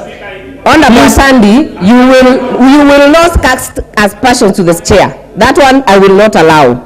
I will not allow. So kindly, you either table or you withdraw. Madam Speaker, I want to give this chance to my leader to give me some information. It is not up to you to give the leader the chance. Continue. Okay. Okay, Madam Speaker, the point I was raising, Madam Speaker, is that the police serves every regime that comes into power. And the police that is shooting our people today is the same police that was serving the previous regimes. This regime, which is in power, got express instructions, and they gave the police express instructions to go out and shoot our people. And this was done after a meeting was allegedly held in State House, and a decision was made that the police must go out and discipline our people. Order, members. What is out of order? Chairman, security. Hold on. Leader of minority, you said point of information, and the member on the floor said doesn't want your information. Point of order. Continue.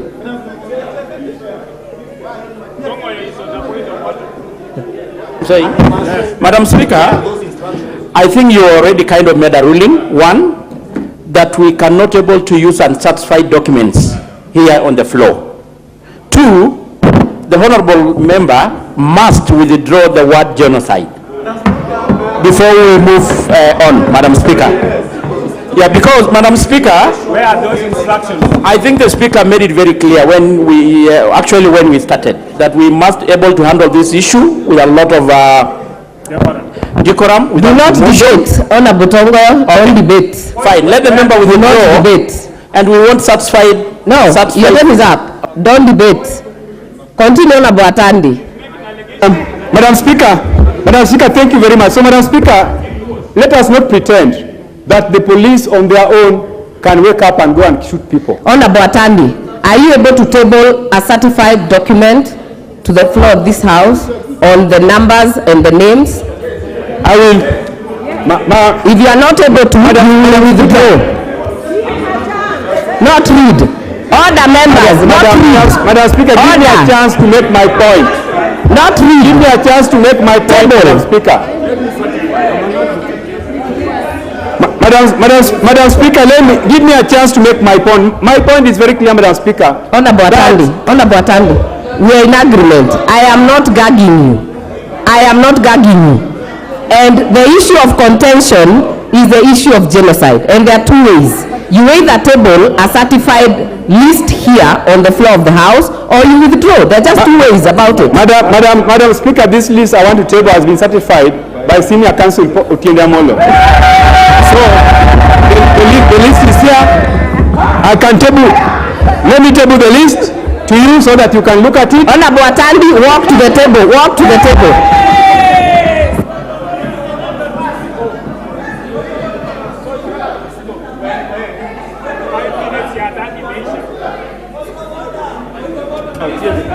Give me that one, I read. Madam Speaker, having tabled the certified list of members of our community, Madam Speaker, having tabled the certified list of our members who are killed by the police, and I want to read them as follows. Order. Fatalities. Order, Honorable Atandi. We will do this the right way. We are a house of record. In the 11th Parliament, the Speaker ruled very clearly, any document tabled here must have a letterhead of the source and must be stamped. And the list I have here The list I have here is a random list. It is a random list the way it is, and has only been signed by Honorable Otiende Amol as we watch right now. So it is not admissible, and it is not my rules. Order.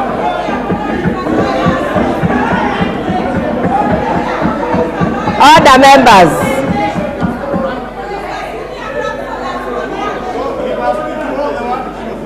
Order, members. Order. Order, Honorable Mutuse, order Millie Odhiambo. We are not castigating the capacity of senior counsel, but this is not admissible and it will not be used in the House.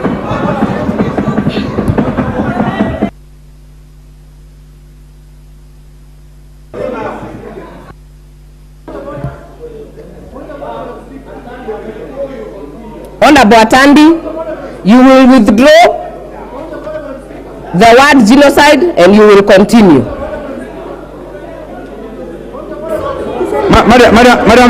Madam Speaker. You do not have to rise on your feet, Honorable Juliet. Order, Honorable Juliet. Order. Order. Honorable Atandi, we are waiting for you. Hold on. Madam Speaker, I will not withdraw what I have said. What is out of what I will do? I'm allowed to. What is out of order, Honorable Juliet? Madam Speaker, this is a house of procedure, Madam Speaker.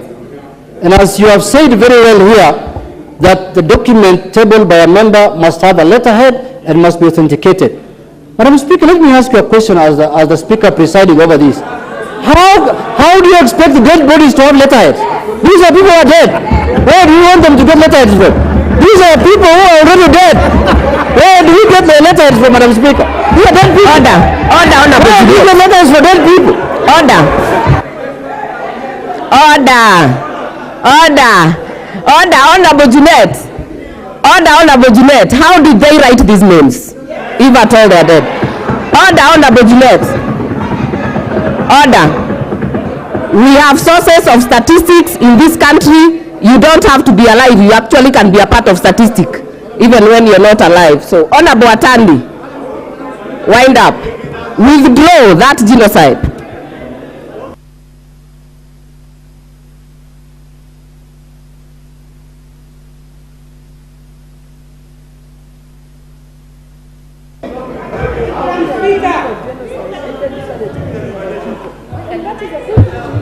Give me the leaf. Where's my microphone? Give me the microphone. Madam Speaker, for the record, I will not withdraw what I have said. And I want to clarify, Madam Speaker, I want to clarify that the police decided to go to Kisumu, remove people from their houses and shoot them dead. And Busia, there's nothing I'm going to add about. I'm not going to withdraw. Madam Speaker, as I conclude, Honorable Atandi. Madam Speaker, order. What is your point of order, Leader of Majority? Honorable Speaker, you know we are a house of rules, and maybe you could ask Honorable Atandi to take his seat so that we become orderly. Standing Order 107A, and just for the record, I may read for Honorable Atandi. On grossly disorderly conduct. A member conducts an act of gross disorderly conduct if the member A defies a ruling or direction of the Speaker or Chairperson of committees.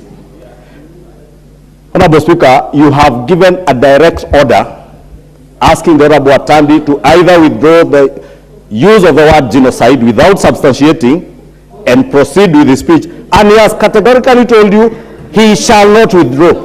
Honorable Speaker, I want to ask Honorable Speaker that you take action on the Honorable Atandi, and in line with Standing Order number 108, the Honorable Samuel Atandi be named for defying a direct directive from the chairperson. Because Honorable Speaker, if you allow this House to transact business this way, tomorrow I will allege that Junet has directed someone to shoot someone else, and say all manner of unpalatable things without substantiating, and I chest thump here and say I will not withdraw, Honorable Speaker, we must protect the dignity of this debating chamber, Honorable Speaker. You have made your point. I was reluctant to apply it because I think this house is meant for this kind of ventilation, but Standing Order 108 and 107 is very clear. Honorable Atandi, and Honorable Juliet, you're totally out of order. Totally out of order. Totally out of order. Totally out of order. Honorable Atandi.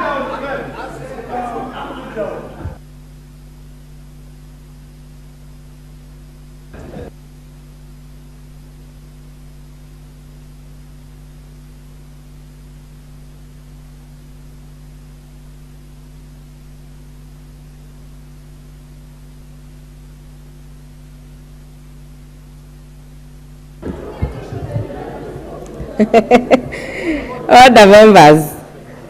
Honorable Atandi,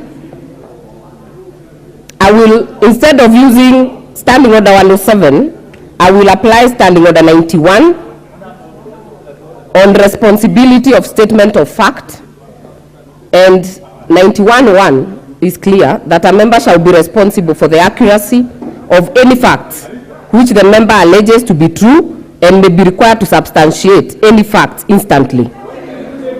Number 2, if a member has sufficient reason to convince the speaker, then the member is unable to substantiate the allegations instantly, I can require you to take your time.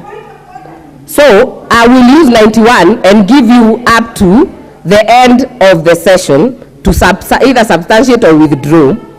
If you don't, then 107 will be applied.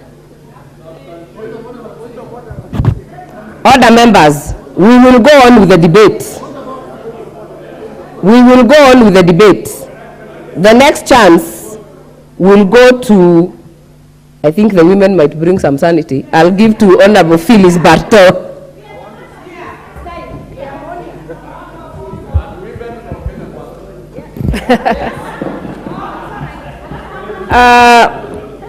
Madam Speaker, I rise to put my voice also in this motion, and to say that, Madam Speaker, the genesis of the demonstrations and the death of people was called by someone, and this someone made people to go to the streets.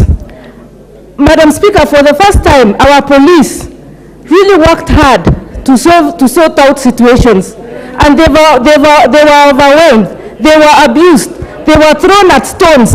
These people who are called to go and demonstrate were looting shops. For example, Madam Speaker, Quick Mart supermarkets in Nairobi, they were the most affected. They were looted. They broke into those shops and they took wares. They stole everything. Madam Speaker, to come here and start condemning our police who work under oath, Madam Speaker, is very unfortunate. Madam Speaker, we saw honorable members of parliament go to the streets and hold vigils and with candles. Madam Speaker, are they planned for these dates so that they could have something to do? It's like they are prepared a timetable, Madam Speaker. They have a timetable of what they are supposed to be doing. Their calendar is full of activities, from making people to die. Then from there, they call for vigils, they go and light candles. Then they have a day for burial, Madam Speaker. Madam Speaker, is it the police who are doing that?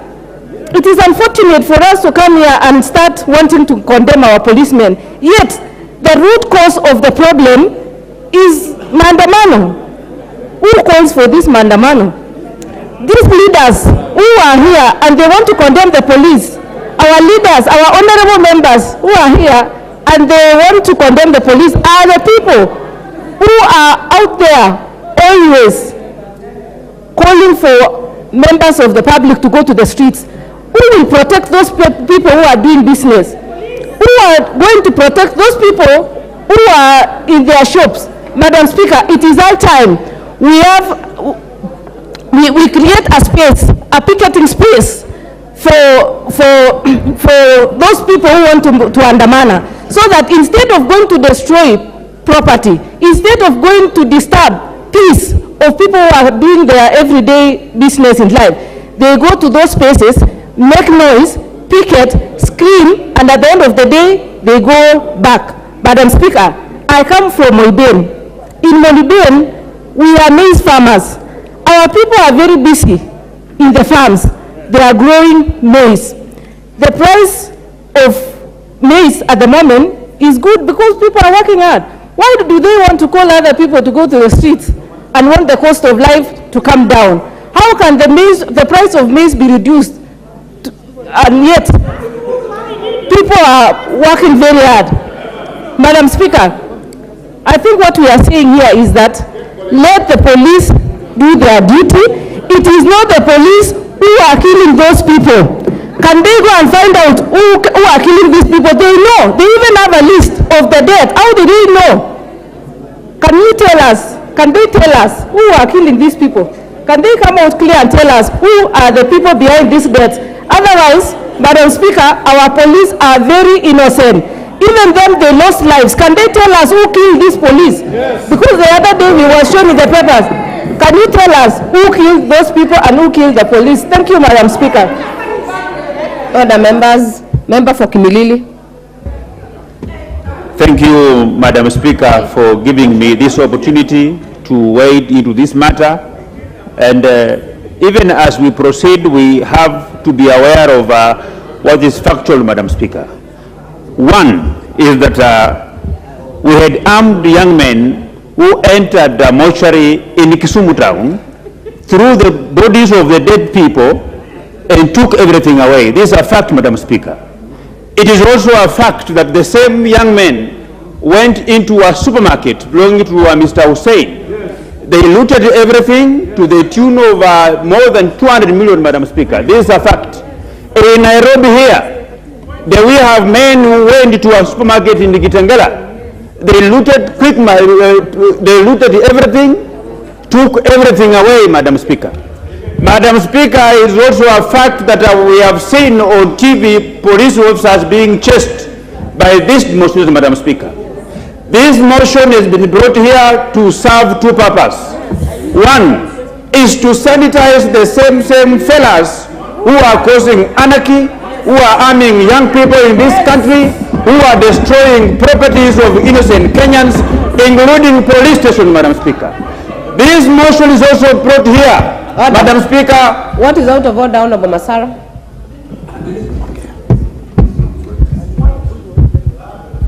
It is quite, thank you, Madam Speaker. It is quite unfortunate that Honorable Didmas Barasa is misleading this House. Let him produce documents showing those who looted those supermarkets.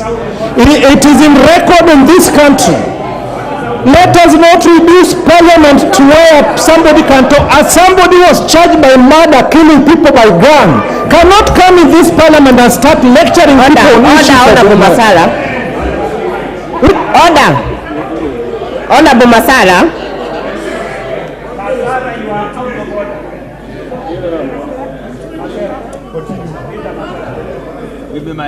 Honorable Masara, you know the standing orders. I don't need to remind you. You are a repeat member. You are a repeat member, so I will ignore that one. So continue, Honorable Didmas.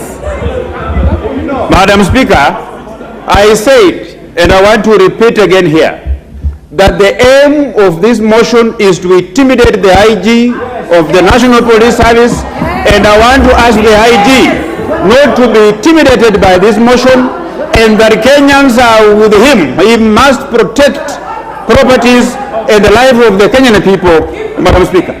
Madam Speaker. Order, members.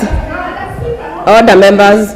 What is out of order? It better be out of order, Honorable Rosa. Madam Speaker, I moved this motion because I wanted to discuss the brutality of the police, which is in the glaring limelight of everyone. Is the member in order?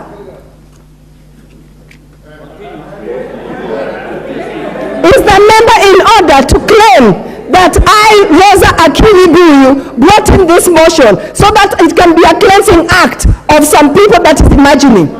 Is in order to... Honorable members, order members. No, Madam Speaker.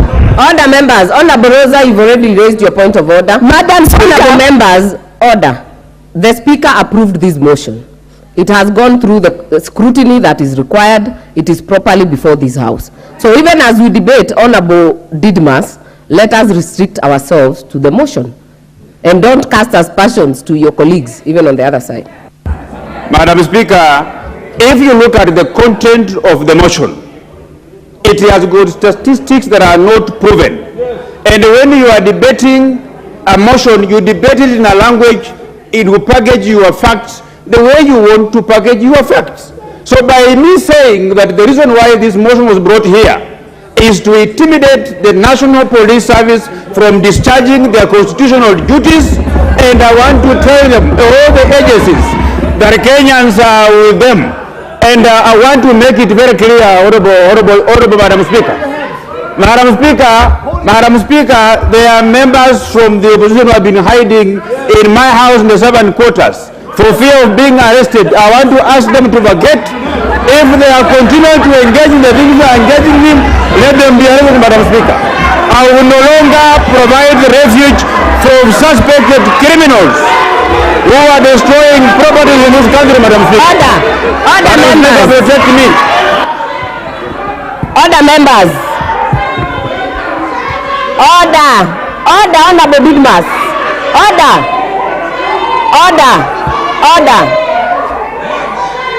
Order members. Honorable Mimi Odhiambo. Honorable Bensouda, let us not shout across the aisle. Honorable Didmas,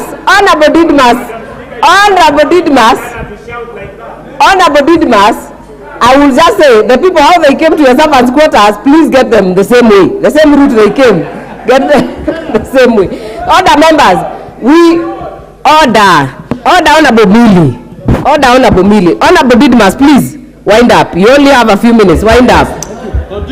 Madam Speaker, I want to summarize by saying that those leaders who will continue to radicalize the children of this country by arming them with machetes and rungus to loot and destroy public and the private properties.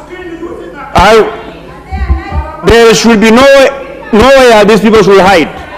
The police should carry out their duties.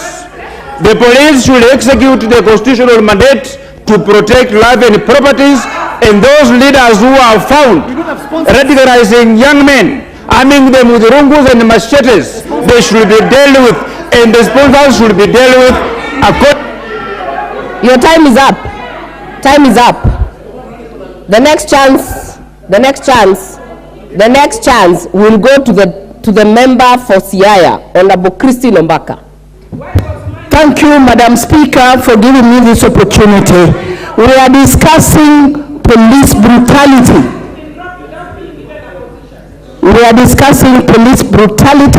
And I must say how sad it is for this country to belittle the horror of the police.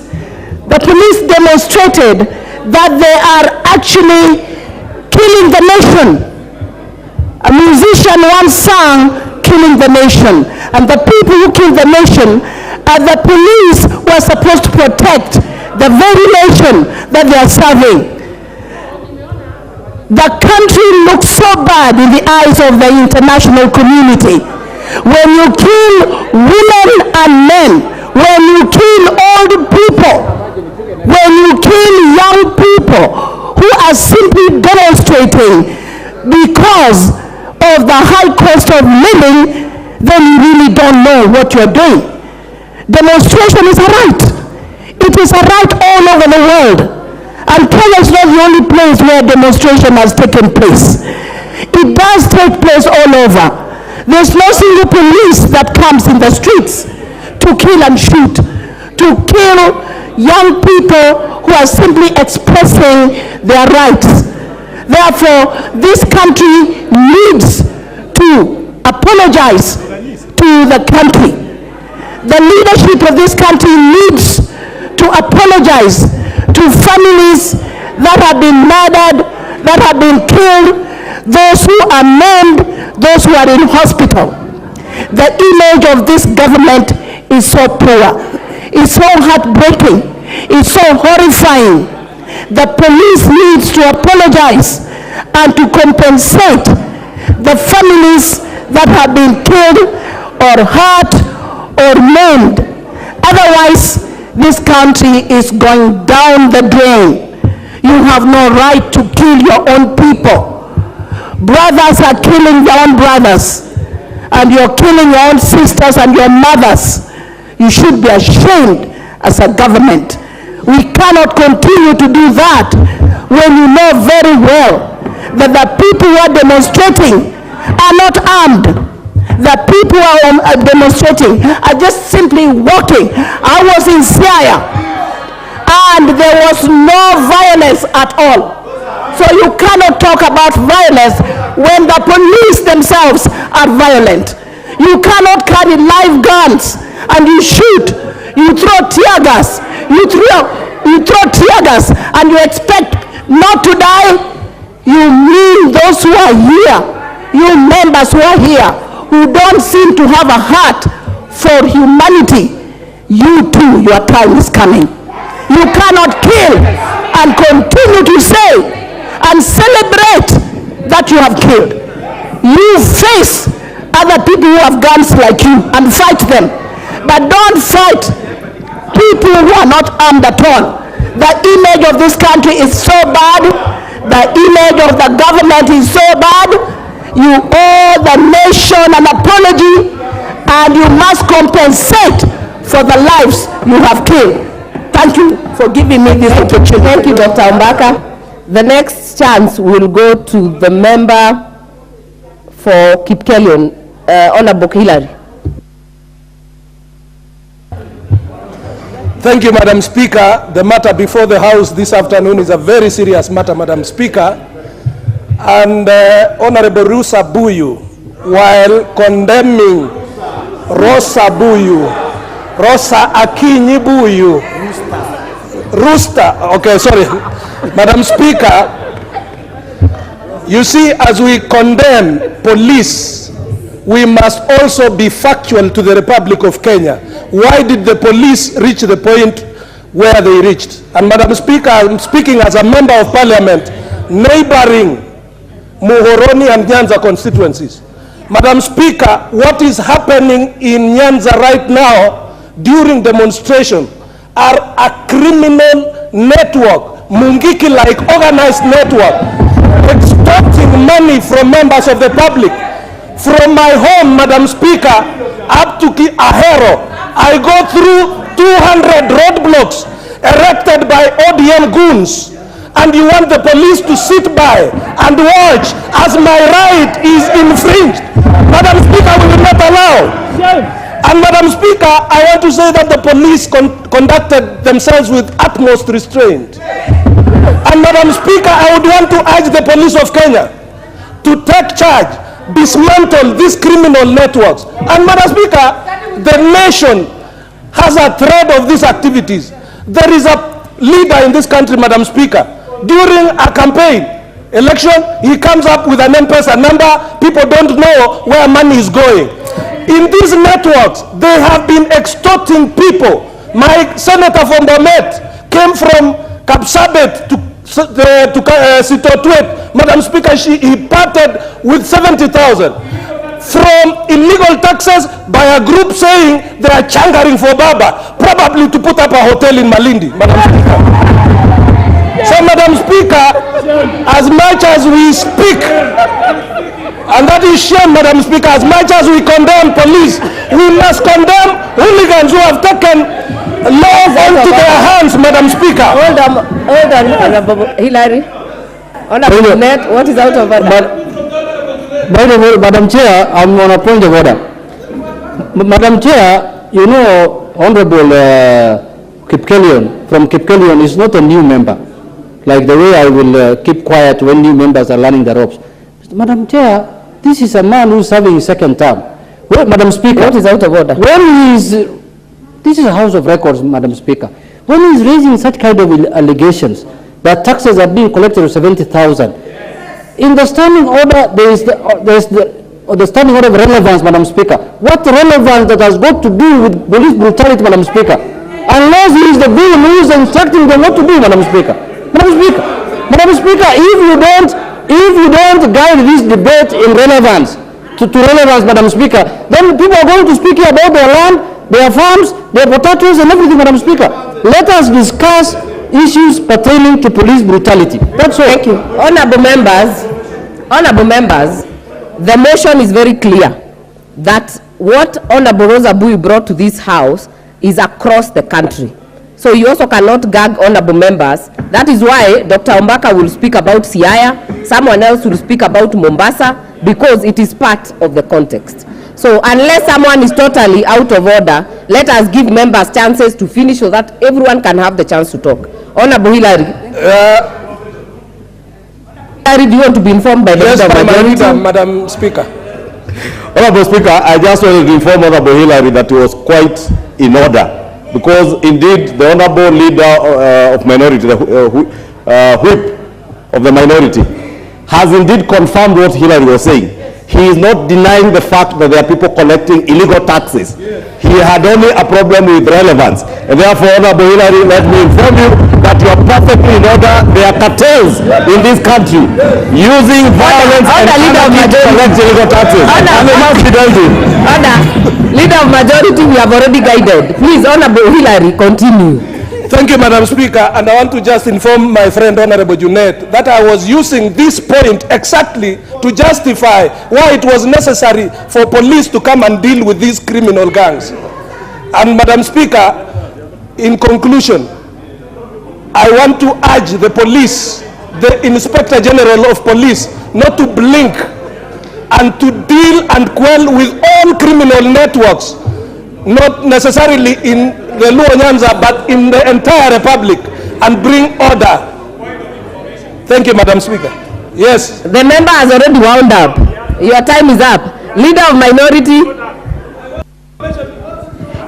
Madam Speaker, I thank you for this opportunity, and I hope you will indulge me to allow me to speak for about 10 minutes. I am the leader. Why are you anxious? Order members. And I want to... Order members, in my discretion, the leader of Majority and Minority will each have 10 minutes. Yeah. Madam Speaker, and I want to actually help reduce the temperatures. But let me start by saying this. That sometimes when I sit here and listen to members speak, I really get amazed. You know, Madam Speaker, I have seen members right from the 11th Parliament who are then very supportive of these kind of atrocities by the police. Come the 12th Parliament, they were here crying, and they cried throughout. Now, Madam Speaker, now come the 13th Parliament, they have gone back to their 11th Parliament position. Madam Speaker, let me say this. You can defend and protect a monster which will eventually devour you. Madam Speaker, I can remember vividly on the floor of this House sometime in 2014 when there were attempts to remove powers from the National Police Service Commission and vest them in the IG of police. I stood here and warned members, but I have since been vindicated. Madam Speaker, let me say this again. In this country, there were times under the previous constitutional dispensation when you could not even get a chance not only demonstrate but even to meet publicly. There were times in this country when you could not even speak freely on the floor of this House. Madam Speaker, the Constitution of Kenya 2010 is a product of a very, very long and painful struggle. Madam Speaker. And that constitution is known the world over for its robust and elaborate Bill of Rights, one of which is the right to demonstrate, to picket, and to do whatever you want to do under Article 37. Madam Speaker, no authority or no person has got the power to suspend the operation of Article 37 of the Constitution. Madam Speaker. Madam Speaker, let me say this. Let me say this.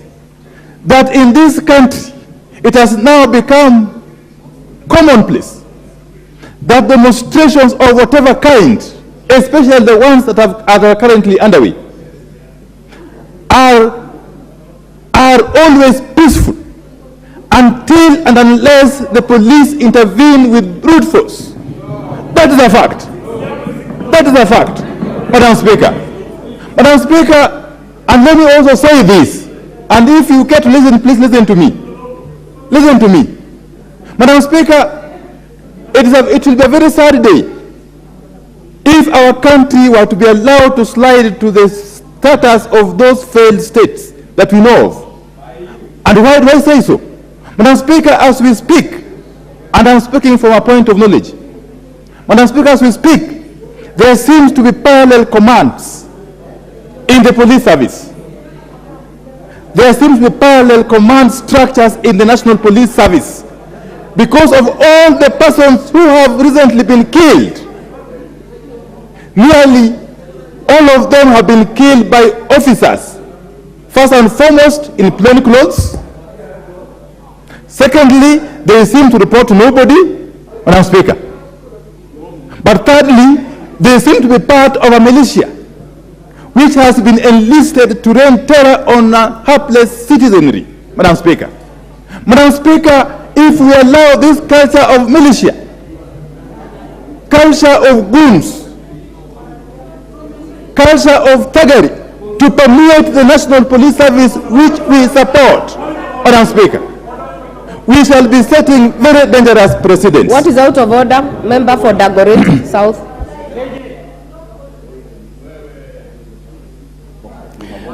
Madam Speaker, I've got utmost respect for the leader of minority, and I was keen to listen through to his speech so that I can respond when I get an opportunity.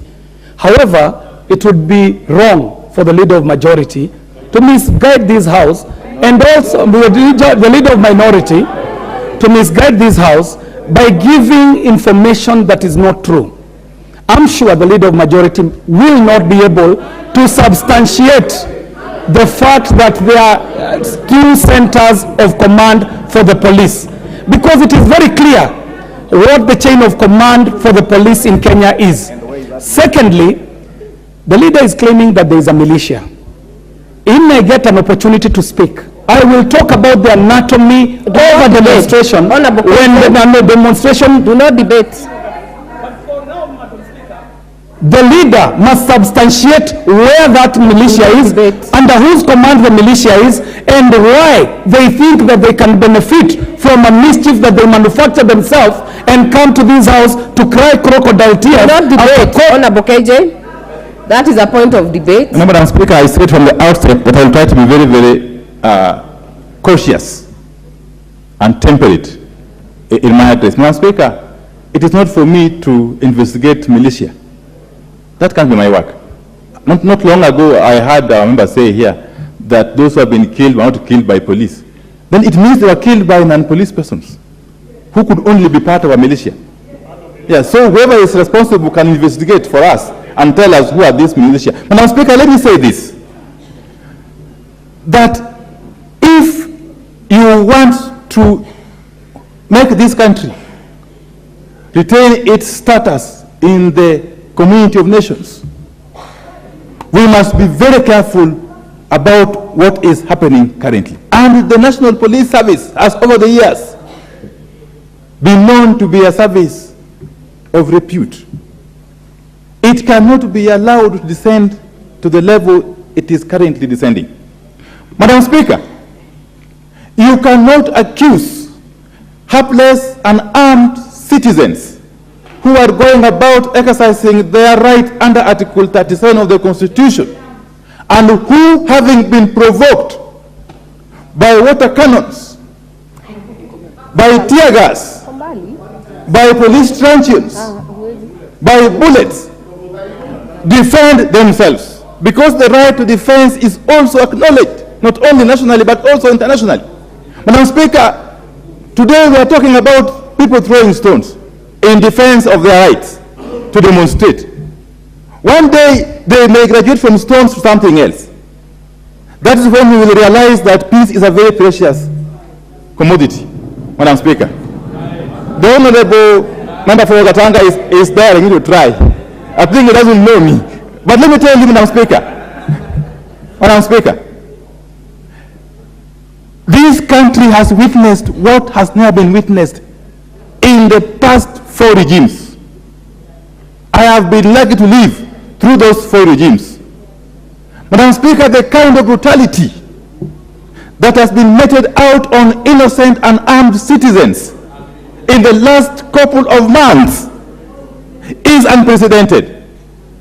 Those of us who lived under Jomo Kenyatta and lived under Daniel Moi, lived under Mwai Kibaki, lived under Uhuru Kenyatta are amazed at the kind of brutality that is being encouraged by officialdom. Madam Speaker, I said yesterday, and I want to repeat it today here, that you may gloat, you may be happy that this injustice is being meted against your so-called opponents. Yes. But tomorrow the same injustice will be meted against you. And I can tell you again that however long it takes, the authors of these atrocities, the givers of command, the commanders of these atrocities, the planners of these atrocities will have to be held to account, Madam Speaker. It might take 10 years, it might take 20 years or 30 years or even 100 years, Madam Speaker. We know of people who have been tried and convicted posthumously, Madam Speaker. And that will happen one day. So for us, therefore, to move forward as a country, the issues the people are demonstrating against are not about Raila Odinga. They cannot be issues about Raila Odinga. Kenyans are simply tired. Kenyans are simply feeling overburdened. Kenyans are simply feeling pushed to the wall by unjust taxes, by punitive taxes that have been imposed by this regime. So Kenyans are in their right to demonstrate against those unjustified taxation measures. And that is what Kenyans are doing. They will do it today, they will do it tomorrow, they will do it tomorrow part 1, and they will do it up next year, whether Raila Odinga is involved or not. And therefore this unnecessary obsession with one Raila Odinga must stop forthwith. Don't be overly obsessed with Raila Odinga. Deal with the problems that we have in the country. Once you are in power, regardless of how you came to power, it is your duty to solve Kenyan problems, not to scapegoat. Stop scapegoating. Deal with the problems of Kenyans. Stop scapegoating. Stop blaming Raila. Stop blaming Uhuru. And those who are talking about retirement. Honorable RUTO, Honorable Sergon, Honorable Mureu. No, leave them for me. I'll deal with them. I can handle them. Madam Speaker, the solution to the current problem is not scapegoating. Face the problem squarely. If I were in power, I would deal with those problems. I would. Okay? But once your policies have failed or seem to be failing, stop venting your anger on helpless and armed Kenyan youth. Those youth you are killing require jobs, not bullets. Those youth that you are killing using the police and the militia require jobs that you promise them. Stop killing them. That is the message Kenyans are sending to you, Kenya Kwanza, Madam Speaker. And that message will be sent to you whether Raila Odinga is involved or not, Madam Speaker. Madam Speaker, let me end by saying this, let me end by saying this. You cannot solve a governance problem by using strong arm tactics, by deploying the police to hunt leaders. No amount of arrests, no amount of incarceration, no amount of intimidation can silence Kenyans. I can tell you. And you have got no enough space in the prisons to jail everybody. You can't. And you have got no enough bullets to kill all Kenyans. I can tell you. You will kill some today, and those who remain will continue to remind you of your failures. So you better go back, relax, and start governing for the time you are in power, before we remove you. Thank you, Madam Speaker. Yeah. Other members, the next chance will go to the member for Thika.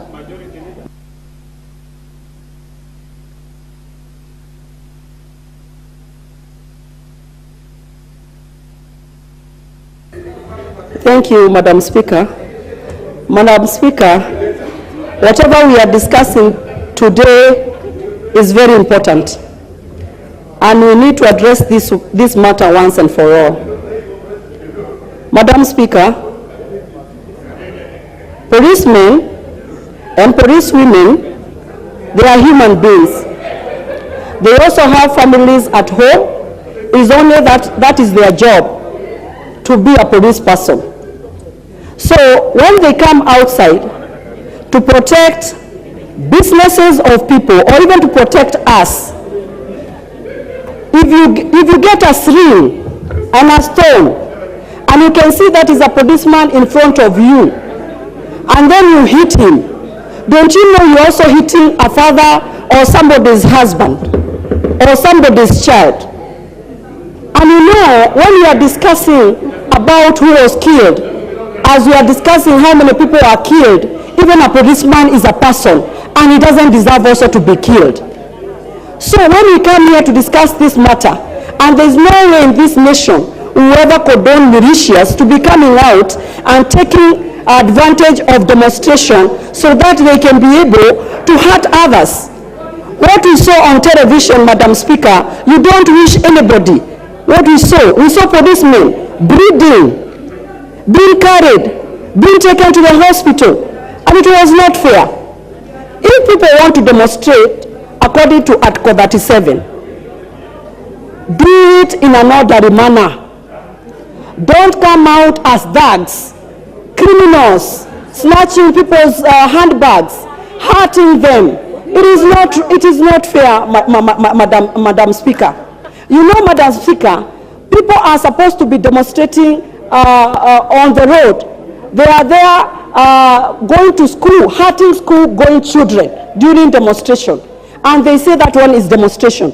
Madam Speaker, people even pick a date to demonstrate. They don't care whether in 2 months' time, Form 4s will be sitting for their exams, Class 8 will be sitting for their exam, Grade 6 will be sitting for their exam. They are just there demonstrating. They don't care about anybody else apart from themselves, whatever they want to benefit. But what we are telling them from our side, because we want this seat clean and fair, they sit, relax, enjoy, and they see us, Kenya Kwanza, leading this nation to greater heights. Not coming to the streets of everywhere, damaging roads. Madam Speaker, can you imagine? This road, Madam Speaker, it is the one I use. It is the one they use. When you are sick, the ambulances uses that road. When they are going to the airport, they use that road. And they are here, Madam Speaker, saying it is demonstration. Which demonstration? Destruction, mass destruction. And I haven't seen anybody saying that was wrong. They are very, very happy.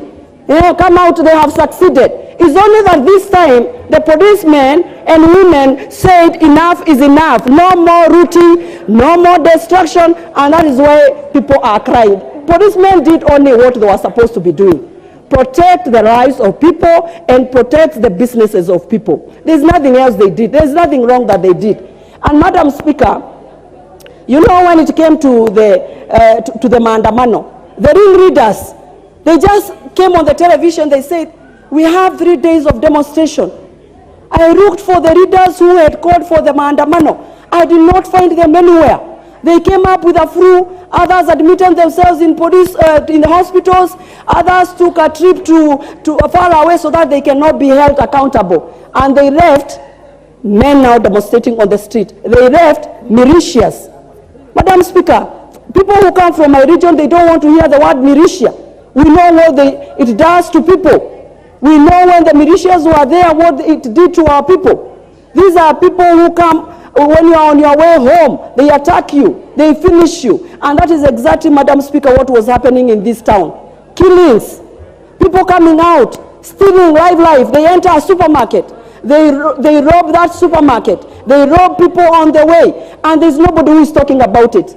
Those people in this town, you can imagine, Madam Speaker, we have just come up from a season of COVID-19 when businesses are starting to peak. Then here, you close your businesses for 3 days. And if you don't, we saw buses being torched. We saw matatus being torched. It is not fair, and there's nobody who is condemning that. And the readers are here saying, oh, we are suffering from flu, others they were aware. If you say you are calling for demonstration, come out and lead from front. Anyway, Madam Speaker, let me stop it there. Thank you, Madam Speaker. Honorable Junet, not ready? Before Honorable Junet, then I'll give to Honorable Korere. Shukrani Mheshimiwa Spika, na napenda pia kumshukuru Mheshimiwa Rosa na pia kumpa pole zangu kama mbunge wa Laikipia Kaskazini kwake yeye na wale kina mama wote na wazazi ambao wamepoteza watoto. Na Mheshimiwa Spika, napenda tu kuongea kama mama. Na niseme kwamba Waswahili wanasema mkuki ni mtamu kwa nguruwe, lakini kwa binadamu ni uchungu. Na Mheshimiwa Spika, naomba ndugu zetu wote katika bunge hii, kwa sababu nafikiri lengo la Mheshimiwa Rosa kuwakilisha mswada huu ni ili tujadiliane na kupata njia kabambe ya kuweza kutatua shida iliyo mbele yetu. Na Mheshimiwa Spika, ukweli tuseme ukweli. Unajua uhuni haikubaliki iwapo inatoka kwenye polisi ama iwapo inatoka kwenye raia. Na Mheshimiwa Spika, unajua mara mingi tunakashifu polisi na tunasahau kwamba hawa polisi hawajatolewa nje ya nchi hii, ni sisi tumewazaa. Na Mheshimiwa Spika, kuna shida kubwa sana Kenya tunapozungumza sasa hivi ya watu wengi wamekuwa na kusongwa na mawazo. Kumekuwa na matatizo ya akili. Na polisi hawajasaswa. Pia hao wamekuwa na hiyo shida. Na Mheshimiwa Spika, ningeomba wakati tunaongelelea maneno kama tunayoongelea hapa saa hii, ni vyema tuelewe kwamba kuna wazazi wanalia wamepoteza watoto. Kwa hivyo tusije tukaweka msumari moto kwenye kinonda. Lakini pia ndugu zetu kutoka upande wa upinzani, ningependa kuwaomba kwa heshima, iwapo hawa vijana watakuwa nakufa kila wiki, jambeni na nyinyi teremsheni kiburi chenu na muweze kusimamisha ya maandamano. Na iwapo hiyo haiwezekani, hakikisheni mara nyingine tukijadiliana hapa wabunge watatu wamepigwa risasi, ile pia tuweze kujua vile nyinyi mtasikia. Lakini unajua Mheshimiwa Spika,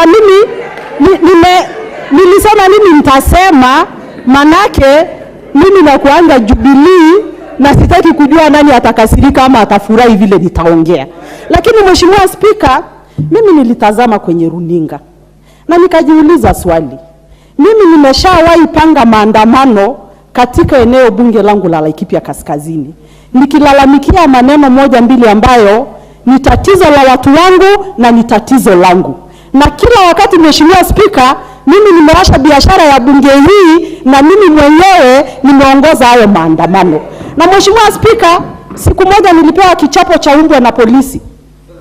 Kwa hivyo pia inastahili sisi kama wabunge, kamati ya usalama na wabunge wengine tuchunguze, tujue haswa polisi walifanya makosa gani na waandamanaji walifanya makosa gani, ili tusije tu tukaanza kuzungumza kufurahisha nafsi zetu na kusahau kwamba iwapo Kenya itachomeka, hamna nchi nyingine mtaita nchi. Kenya ikishomeka, Kenya kwanza imechomeka, Azimio imechomeka. Na Mheshimiwa Spika, ningependa tu kuwarai ndugu zetu, tuliweza kuweka mfano mzuri na wa kuigwa katika kanda ya Afrika na dunia nzima wakati tulipiga kura, na iwapo kiongozi wa Azimio hakukubaliana na matamshi ya majaji, lakini aliheshimu. Unajua kuna kukubaliana na kuheshimu. Hakukubaliana lakini aliheshimu, na tukaweza kuweka mfano wa kuigwa katika dunia hii. Kwa hivyo ndugu zangu, tusije tena, wanasema mgema akisifiwa tembo ulitia maji. Tusije tena tukawa tumeheshimika, punde si punde tumeanza kuharibu ile heshima. Kwa hivyo ndugu zangu, mimi nataka kuwaomba, mnapojadili haya, mjadili mkijua wale wamekufa ni watoto wa binadamu, na pia polisi wamekufa. Na kama polisi walikufa, waliuawa na nani? Manake sidhani kuna polisi waliua wenzao. Kwa hivyo mimi nataka kusema hivi, kuna makosa yametokea. Asante Mheshimiwa Korere. Muda wako umeisha. Mheshimiwa Junet.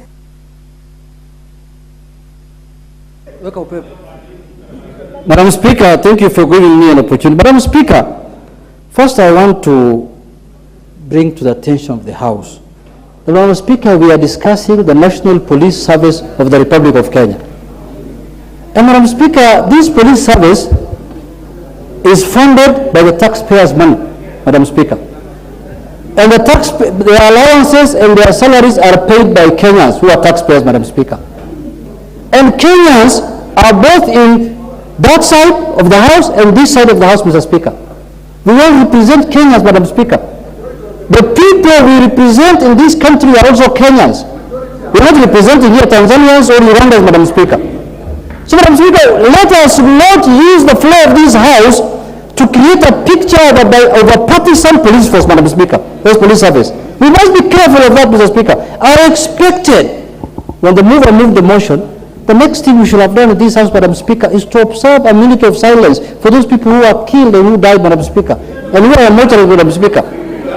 Madam Speaker, stand up now and serve a purpose of minute for people who are mortals in our constituencies, Madam Speaker. We are just putting on suits here, but we are not happy, Madam Speaker. We are stand up and I stand up and observe a minute of silence, Madam Speaker. Everyone. Let's observe a minute of silence.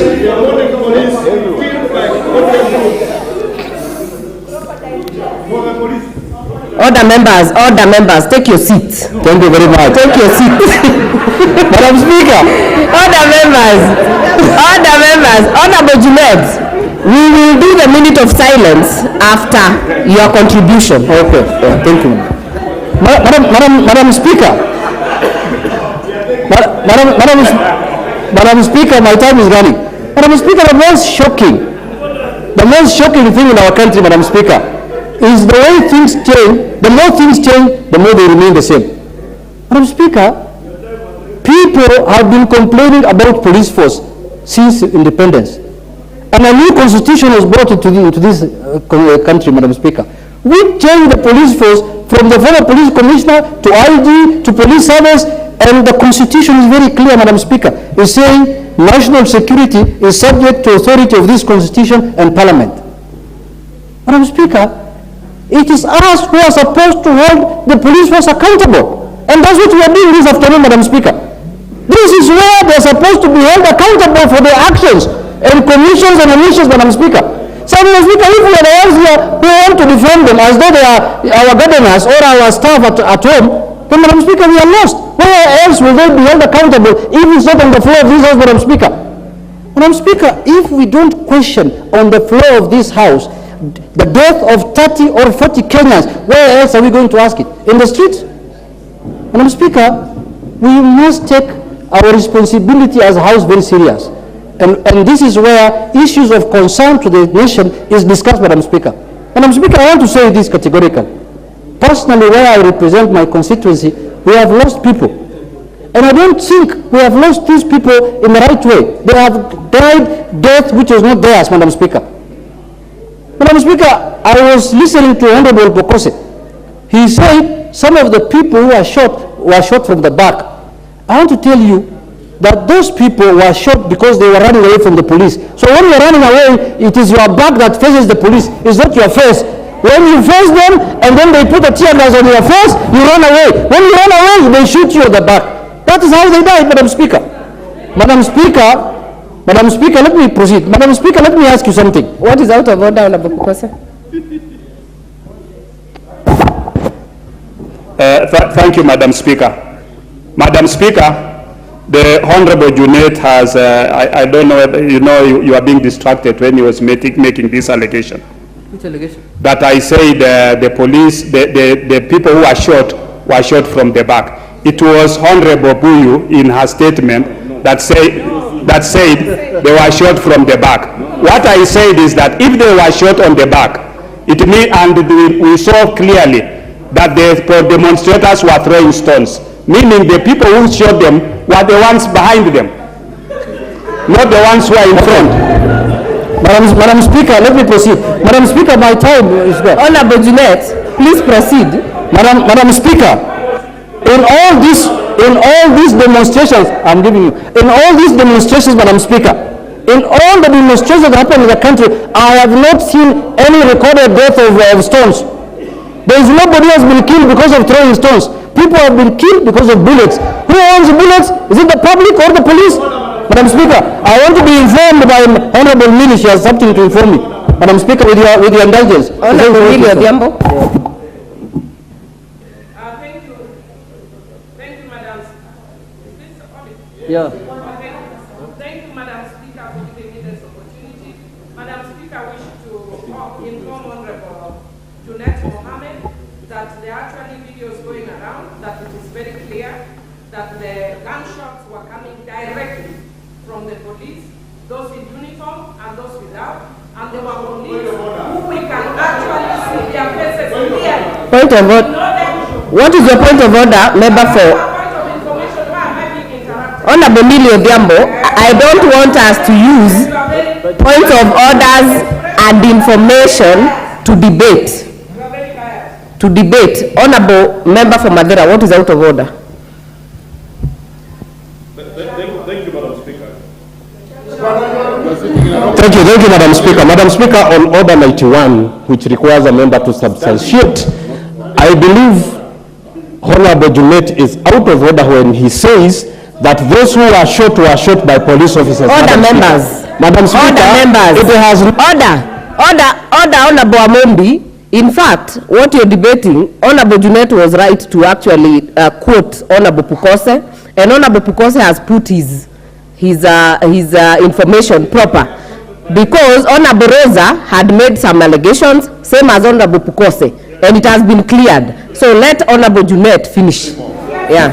Madam Speaker, a lot of my time has been. Madam Speaker, let us agree on one thing as a nation. If we don't want Article 37 of the Constitution, let us do a constitutional amendment and we repeal it, so that we don't need it. But so long as that article in the Constitution, Madam Speaker, that article, people must be allowed to exercise their freedoms and their rights under Article 37. Madam Speaker, when you go to Article 239, it is very clear, national security organs, in performing the functions and exercising the powers of the national security agents, and every member of the national security organs shall not, one, act in a partisan manner, Madam Speaker. We cannot have a partisan police service, Madam Speaker. That cannot happen in this country, over our watch as members of this House. Secondly, Madam Speaker, further any interest of any political party. If Kenya Kwanza wants to advance their agenda, let them have, like KANU, let them have Kenya Kwanza goons and youth wingers. Let them do that and use that. You cannot use the police to propagate your agenda, Madam Speaker. That cannot happen. The police is there to protect and defend the rights of every Kenyan. And once that is lost, Madam Speaker, that is the beginning of anarchy in this country. That is the beginning of anarchy, Madam Speaker. Let us not lose that. Honorable Junet, your time is up. This next chance will go to the Leader of Majority. Thank you, Honorable Speaker. Honorable Speaker, I just begin by telling the Honorable Junet that the Kenya Kwanza government has no desire, has no plans to enlist the services of goons. Yes. Those who enlist the services of goons and anarchy are well known in this country, and I want to join you to say that the police should and must act fairly, objectively, and in line with the law. And with that, I thank the Honorable Rosa Buyu for having brought us this motion. Not necessarily to discuss the police, but to have an opportunity to have a conversation and a debate on violence and the use of violence as currency for political engagement in this country. Honorable Speaker, we've all been very keen to quote Article 37 of the Constitution on the right to picket and demonstrate. But conveniently, our brothers conveniently leave out a very critical part of that provision in the Constitution, that you have the right to demonstrate and picket peaceably and unarmed. Honorable Speaker, what we have witnessed in this country in the last 7 or so months these are not demonstrations, no picketing. What we have witnessed is sheer anarchy. It is riots, it is anarchy. Honorable Speaker, if you can protect me from the member for Baringo, she will have an opportunity. She can stop contributing. I have a very good brain to be able to make my own contribution. Honorable Speaker, I was saying, it is sheer anarchy. We have witnessed a campaign of people being mobilized into riots, lawlessness, thuggery, robbery at times. We have seen people being robbed in the streets. We have seen shops being looted. We have seen highways, very expensive highways, being destroyed. Newly built roads like ABC Road at Kangemi. Honorable Speaker, I saw the other day tires being lit. There is now a pothole in the middle of that highway. Tomorrow, there will be an accident there, and we will all be crying, oh, why is the ministry not doing this? What about the person who lit a tire to destroy that public infrastructure?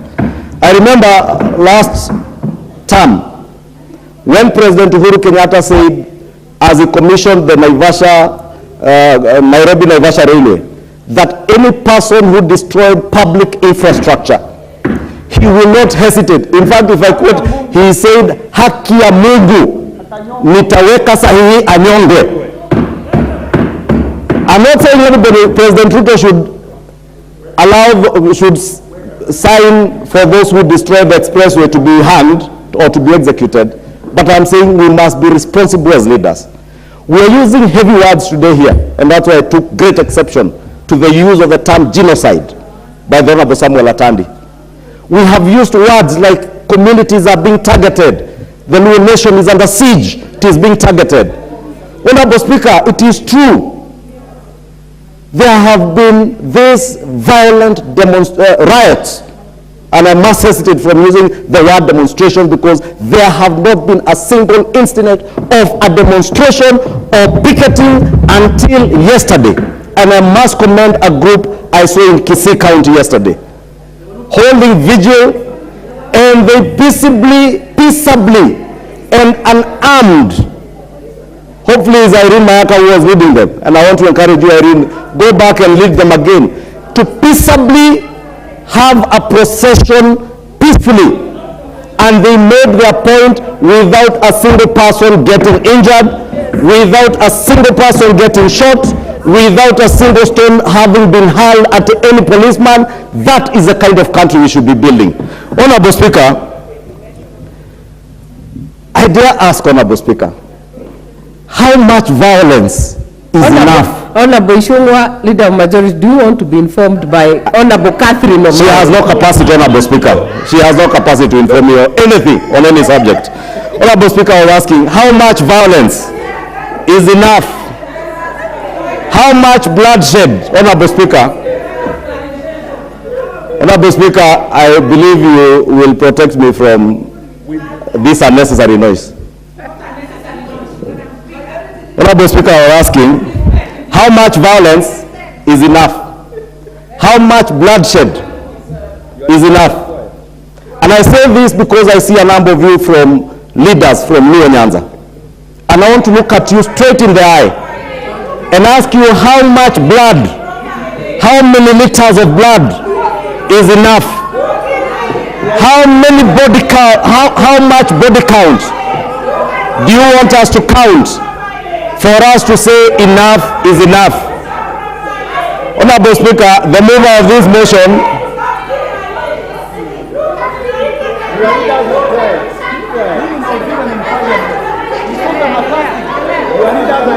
Honorable Speaker, I am posing... Honorable Tiende, what is out of order? Thank you, Madam Chair. Madam Chair, I think the leader of majority was progressing quite well, even though the motion is about police conduct, that is made it political, but that is discretion. But is it in order for the leader of majority to now single community and talk of blood as if he's imputing that the Luo community have spilled blood, when it is actually the Luo community who are bearing the brunt of all violence in this country in every year? Could you please withdraw that statement? Honorable Speaker, if you can protect me from Rosa Boyo, Honorable Speaker, or can you, Honorable Speaker, can you allow Honorable Rosa Boyo, Honorable members, to say what she's saying on record? Honorable members, we shall not address members across the aisle. If you need to catch the speaker's eye, you know what to do. Honorable Rosa Boyo, Honorable Millie Odhiambo, do not shout across the floor. Honorable Speaker, you are out of order. Honorable Speaker, you know, I have tremendous respect for Senior Counsel Otiende Amolo because he listens and responds as we should do in a debating chamber, not shouting. And I must clarify to Honorable Otiende Amolo, I was speaking to the leadership from Luo Nyanza. And I was asking, we must come to a time now when we say enough is enough. That we cannot continue mobilizing people for riots in the name of Article 37 of the Constitution. Then we cry foul. Honorable Speaker, last week, order, majority. Will I have time? Honorable, I hope you will have my time. Honorable Ward Chief, what is out of order?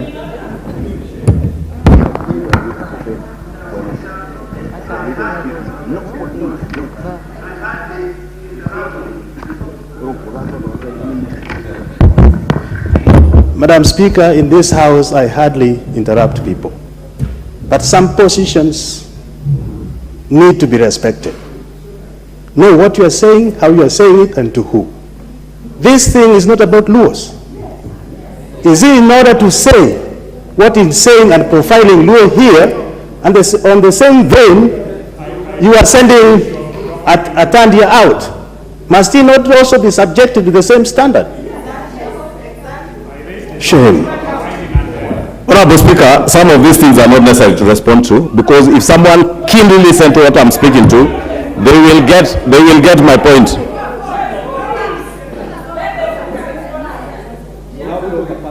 Other members, I really will actually engage and indulge us to actually just observe decorum, because I have had an Honorable Otiende Amolo, you can confirm that this came from this side of my left initially. But I would request honorable members that we observe our standing orders, don't cast aspersion to leaders, and do not get out of topic. Honorable Majority Leader. Thank you, Honorable Speaker, for bringing order back to the House, because I was saying anyone who is keenly listening to what I'm saying, I was responding to the calls or the use of the terms like genocide, like targeting of communities. We already ruled on that. And that is what, Honorable Speaker, I was responding to. Yeah. So those who are getting what I'm not saying, Honorable Speaker, I was saying, as leaders, whether from Kiambu, whether from Luo Nyanza, we must now begin taking responsibility. I like what Honorable Sarah Korere said, that you can indeed lead your people in a demonstration, peaceably and unarmed. Honorable Speaker, last week, in Kangemi, there were people firing gunshots at the police. Honorable Speaker, in Mlolongo, in Kitengela, there was use of firearms by people who are not policemen. Honorable Speaker, we have used heavy terms like militia. And I remember when KJ, Honorable Speaker, can you protect me? Because there are only 3 members, Honorable Speaker, you have capacity to protect me.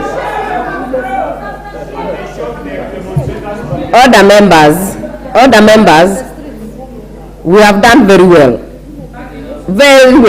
until this point. So let us not shout across the floor. If you want to put an intervention, you know what to do, honorable members. You know, Honorable Speaker, I have been here long enough to know these tactics. What is out of order?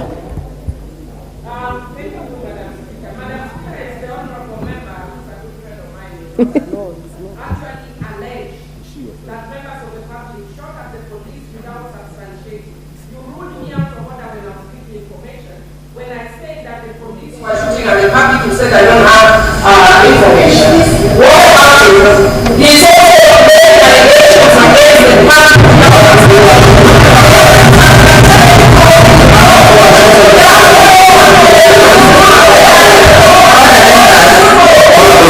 Other members, you know I have listened to all of you. These allegations have come from both sides of the house.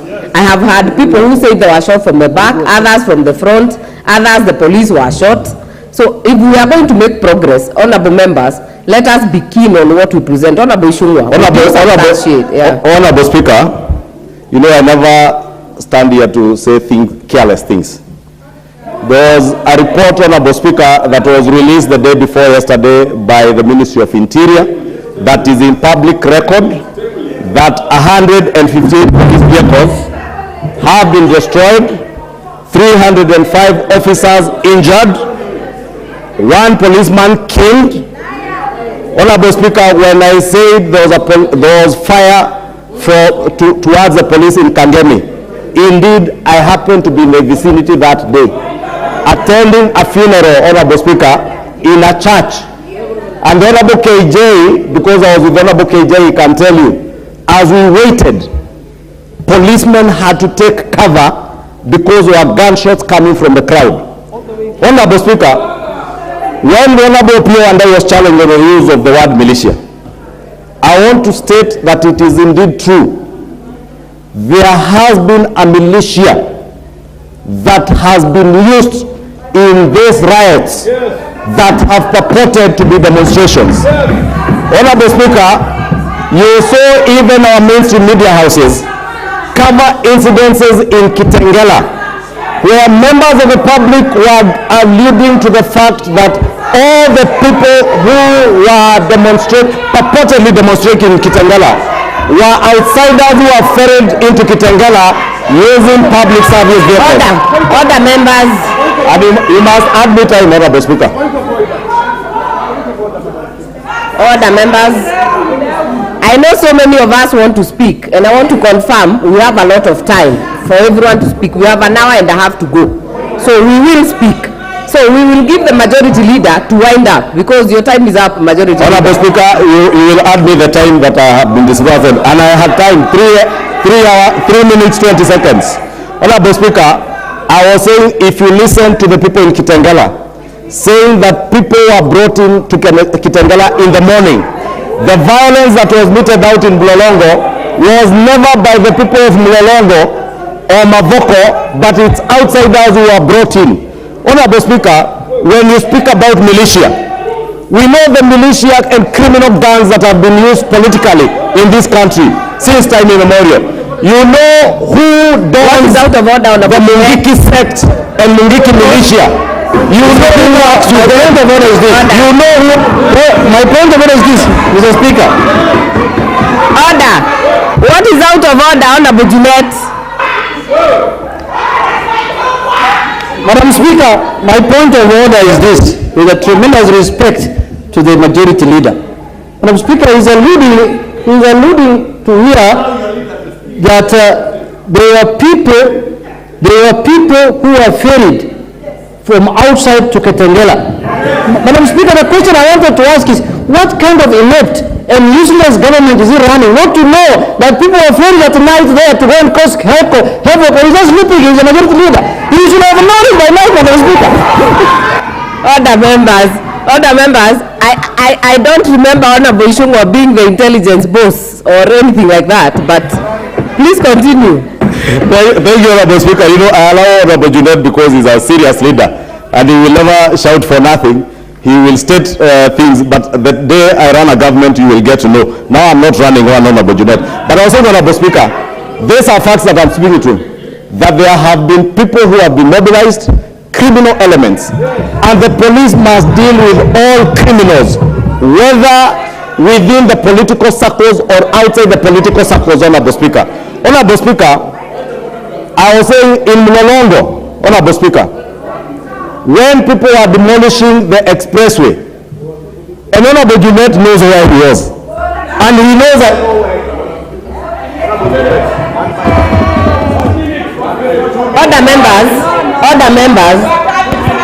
Other members, if you have put an intervention, kindly remove. I'm not even able to pick who is doing the point of order. So please remove, because we are following the main list, so that I'm able to tell who has an intervention. But his time is up. I have an intervention. I have an intervention.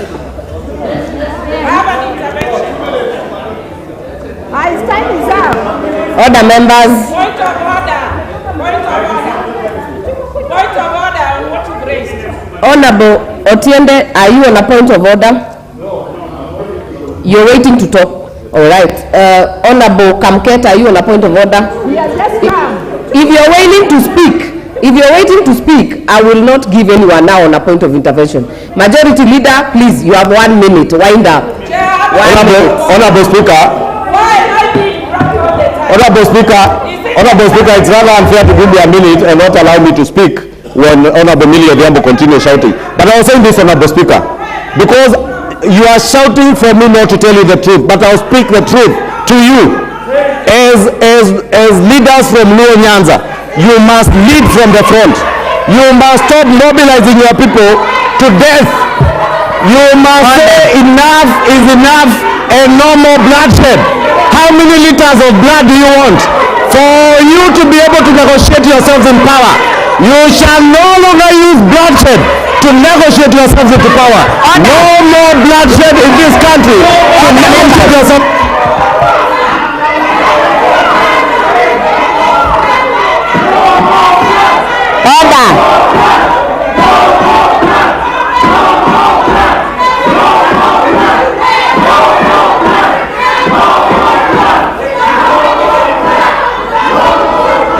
Order, members.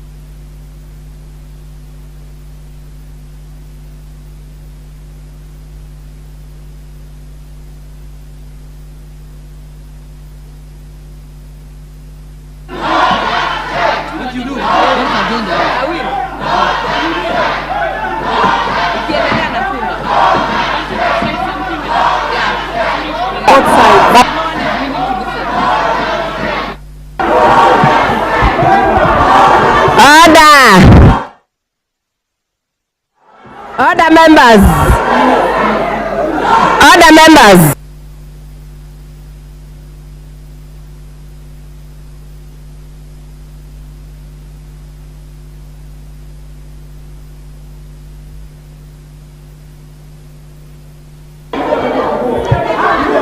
Order, members.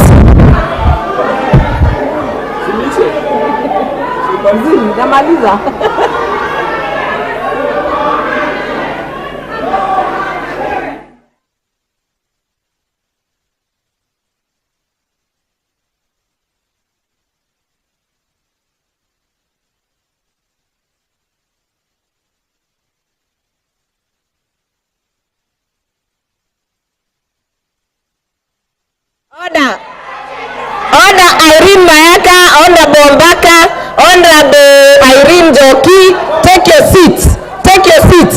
Honorable Ferdinand Wanyonyi, take your seat. Honorable Kawanjiko, order, take your seat. Honorable John Paul, take your seat. Honorable Mashukuru, take your seat. Honorable Dorothy Mudhoni, take your seat. Honorable Janet, take your seat. Honorable Egon, take your seat. Honorable Mokami Mashinani, take your seat. No. Honorable Catherine, take your seat.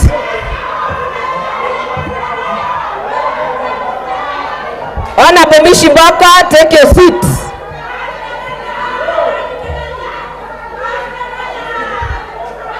Order, members. Order, members. Order, members. Order, members. Order, members. Order, members. Order, members. Order, members. On the request of Honorable Junet, we are going to stand up for a moment of silence. And that one is now authorized by the House.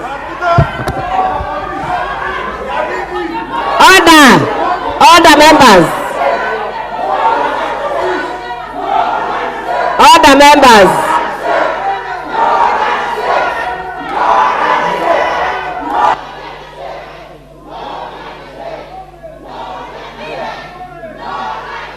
Order. Order, members. Honorable Fatuma. Honorable Fatuma. Honorable Kawanjiko. Silence. Order, members. This moment of silence is for everybody. For the police, for the others, all of them. Order. Order, members. Order, members. Order, members. Order, Honorable Rosa Buyu. This is your motion. This is your motion. This is your motion. This is your motion.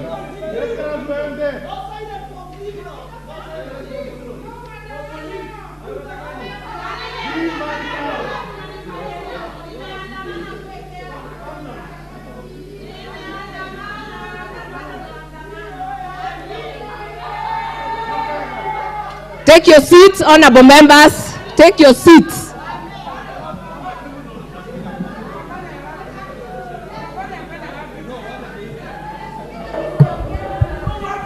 Order, members, we will continue with this motion. Order, members. Order. Order. Order, members. Order, members.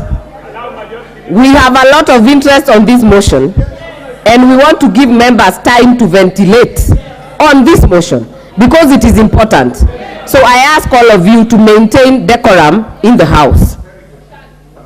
Majority Leader, 30 seconds. 30 seconds. Honorable Speaker, thank you for bringing us back to order. I was going to conclude, Honorable Speaker, and say that we must, as leaders, declare that enough is enough. No more blood should be shed in this country. No more blood should be used as a currency for political negotiations. And for the record, Honorable Speaker, and as government spokesperson in this House, I want to say for the record, even with the bloodshed, Honorable Speaker, there shall be no handshake. We shall not allow people to use bloodshed, violence, and anarchy as currency for political negotiations. Honorable Speaker, your time is up. Your time is up. Order members. Order members. There is a lot of interest on this motion, and I want many of us to contribute. So the next chance will go to the member for Makwiny, Honorable Susan Kiamba. Thank you, Madam Speaker, for giving me an opportunity to make my contribution on this very important motion. Thanking Rose Omuyu Mheshimiwa for bringing me to the floor of the House, because foremost,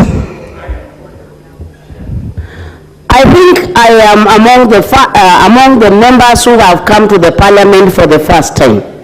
And the one reason why I wanted to come to Parliament, because I've been in the community development, I wanted to come to a place where at one button we can institutionalize change. I came to Parliament because I thought Parliament is the place where if you want this country to change, at a split of a second, we agree on something and it changes the whole country. So, Madam Speaker, listen, I'm contributing to this motion. So basically, Madam Speaker, in this particular country, Honorable Wako, all the members in this particular... Honorable Susan, order. What's wrong? I'm not saying anything.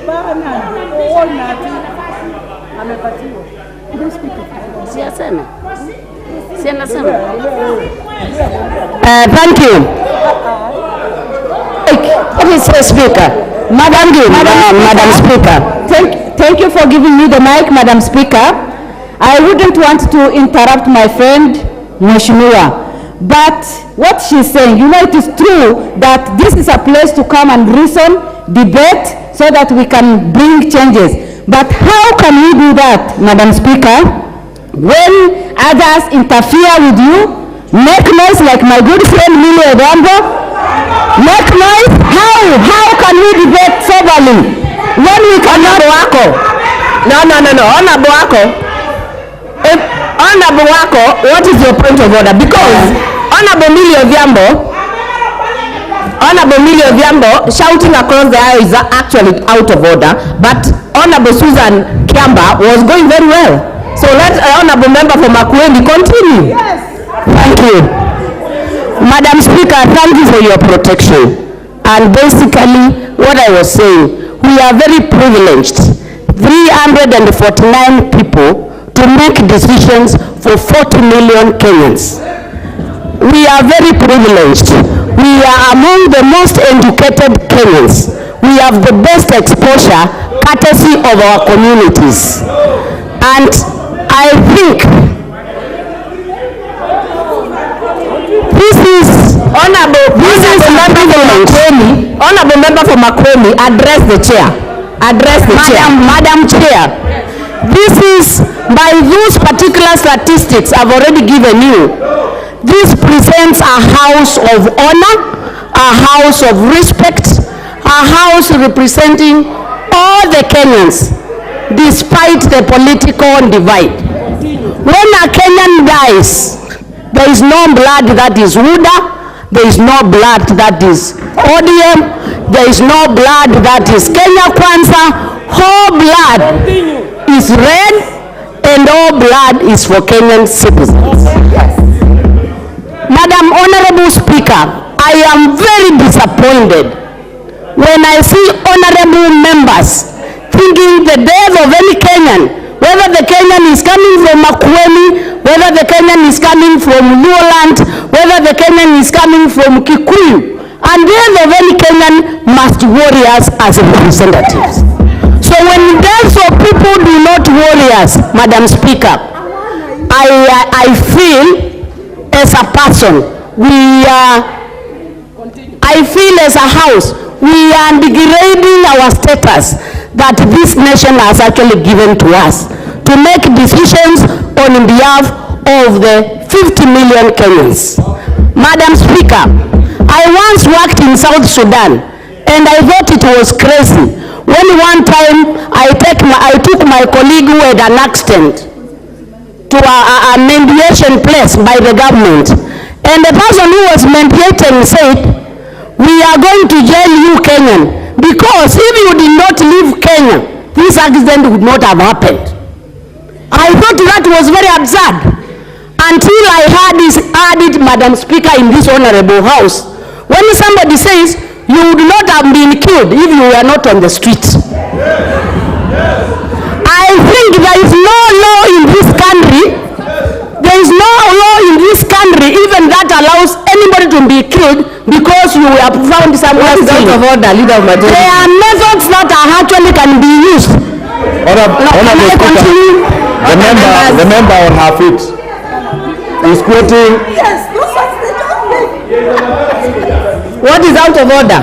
Honorable Speaker, I was waiting for the ones who have a trophy in shouting to finish shouting, then I articulate my point of order. The member who was on her feet, clearly articulating very good points about incidences in South Sudan, is alleging that a member, without naming that member, and if I remember, Honorable Speaker, if you can protect me from these ones. Honorable Speaker, the member who spoke about that, the member who spoke about people being mobilized, Honorable Speaker, was Honorable Pukose. I also alluded to the fact that there are people who are mobilizing people to riot. And nobody alluded to the fact, Honorable Speaker, that if you are not in the street, you will not be shot. Because you have the right to protest, but you must do so peaceably. And around, when you have Mungiki to go and terrorize people in Kitengela, those are people who must be dealt with in line with the law. Majority Leader, Honorable Speaker, that is a point for debate. That is a point for debate. Honorable member for Makwiny. Wait for the microphone. Wait for the microphone. Thank you, Madam Speaker, for your protection. And I think I'm making a very strong point. Even a Kenyan who is found on stealing, the first point is not to kill the Kenyan. Yes. We have trained police who can arrest, who can actually do anything else apart from stealing, apart from killing. I think the last option that a Kenyan police has is to kill, and in very rare circumstances. I find it very difficult. What is your point? Madam Speaker, I find it very difficult when anybody justifies killing, honorable member, like breaking cups. Point of order, Madam Speaker. It is important to inform. Is it a point of information? It's a point of order, Madam Speaker, that the police have the right to defend their rights as well. The police have the cardinal right to defend their rights. Members, what is out of order? Order, members.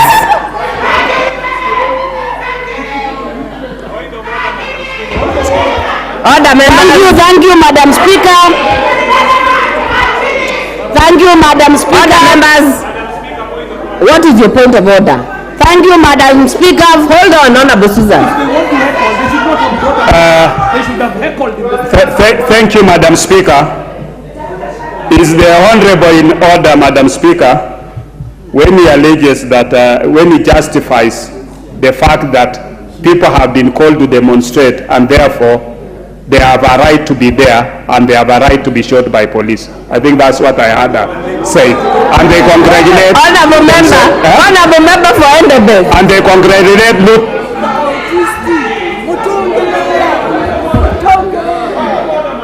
Honorable members, at the start of this sitting, Senior Counsel Otiende Amolo raised a very important point to the Speaker: abuse of points of orders. So please, if something is not out of order, let us let the members to finish. What is out of order? What is out of order? Madam Speaker, under your watch, there has been perennial unobservance of the rules of this House. Madam Speaker, there is a reason why standing orders provide instruments with which members can bring issues to the floor. Heckling is not one of the instruments, Madam Speaker. So if any individual wants to prosecute a matter, there is a reason why they brought this adjournment in motion. You cannot use unconventional instruments on this house while you are the sponsor of the adjournment motion. If you wanted to prosecute the matter by heckling, you could have heckled elsewhere. You cannot sponsor an adjournment motion and heckle through Honorable KJ, other members, you have made your point, but I want to agree with you. The heckling is unparliamentary, it is out of order. And let me finish. This heckling, other members, this heckling is not a preserve of one side. So I would really request both sides to maintain decorum. Member for makwiny, please continue. Thank you, Madam Speaker, for your continued protection. And I think all of us should agree in unison that in this country, when we talk about police brutality, whether it is something we should actually look at. Yes, you are done. Thank you. Honorable members. What? Order members. The point of information has to be allowed by the speaker and the member, but her time is already up. Order members. The next chance, what? Order members. I want, Honorable Susan, I'll give you 1 minute. Wind up and make sure you use it to wind up, and then I'll give to the my last comment. If you look at the people who were killed, if you do analysis, you will find they were in the ages of 13 to 23. Anybody who has ever attended a unit of sociology knows how young people behave anytime there is commotions. Already, when you kill somebody on that age, people were just going, some of them out, like in my constituency. The young man was fetching water and he went to just check. So how can our police force that we have employed continue killing young people as young as 13 to 23? We have all the data. So I think, Madam Speaker, I think this House, what is the point of order? Honorable RUTO, I think this House, with all due respect, I think in this House, we should raise up to the occasion and be accountable, make the police accountable to this House. Thank you. Madam Speaker, thank you for this opportunity. Is it in order for the honorable member to allege that police shot at a 13-year-old child? I mean, in that case, where did the 13-year-old child appear in the demonstration and destruction? Because the point where police met with the demonstrators is where there was destruction. So in this case, where was the 13? Those are allegations, and it should be substantiated according to the standing order. Because it's an honorable House, it should not go on record that a 13-year-old child has been alleged to have been shot in a demonstration. And then someone has the responsibility. Why do you bring children to the demonstration? Thank you. Order, Honorable Irene Mayaka. Shouting across the aisle will not be permitted. Let us maintain decorum. All of us will get to speak. The next chance I'll give to the honorable member for Buri, Honorable Rindikiri Mugambi. Thank you, Madam Speaker. I want to pick from the point that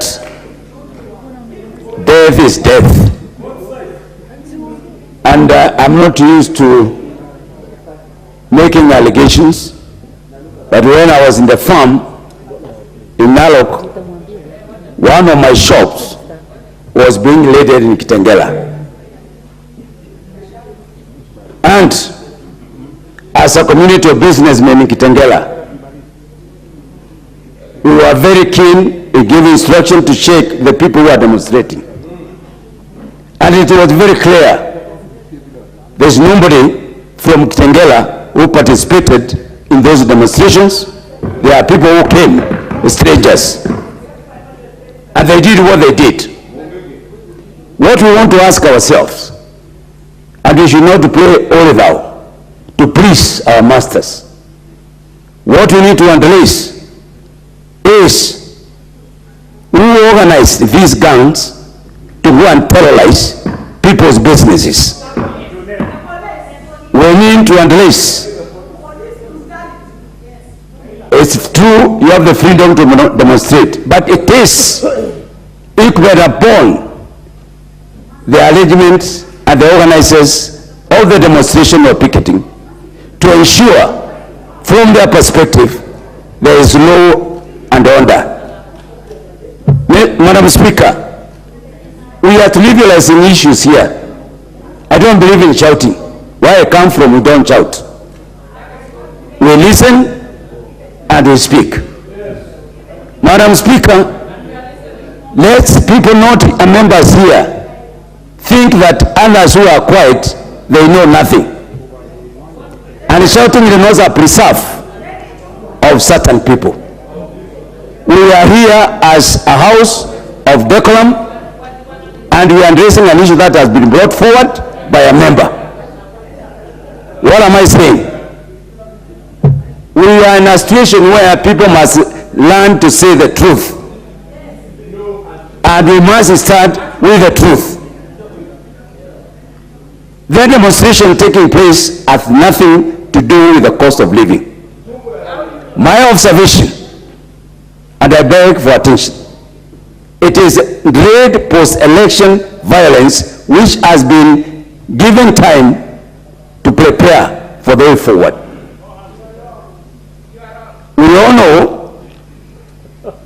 know, we have vast information.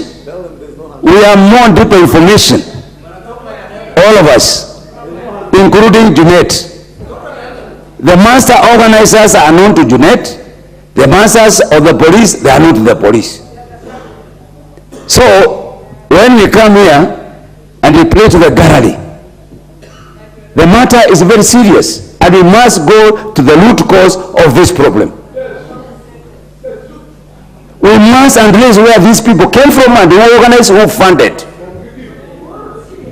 We have to know why somebody who lives in Kisumu, works in Kisumu, is killed in Kitengela.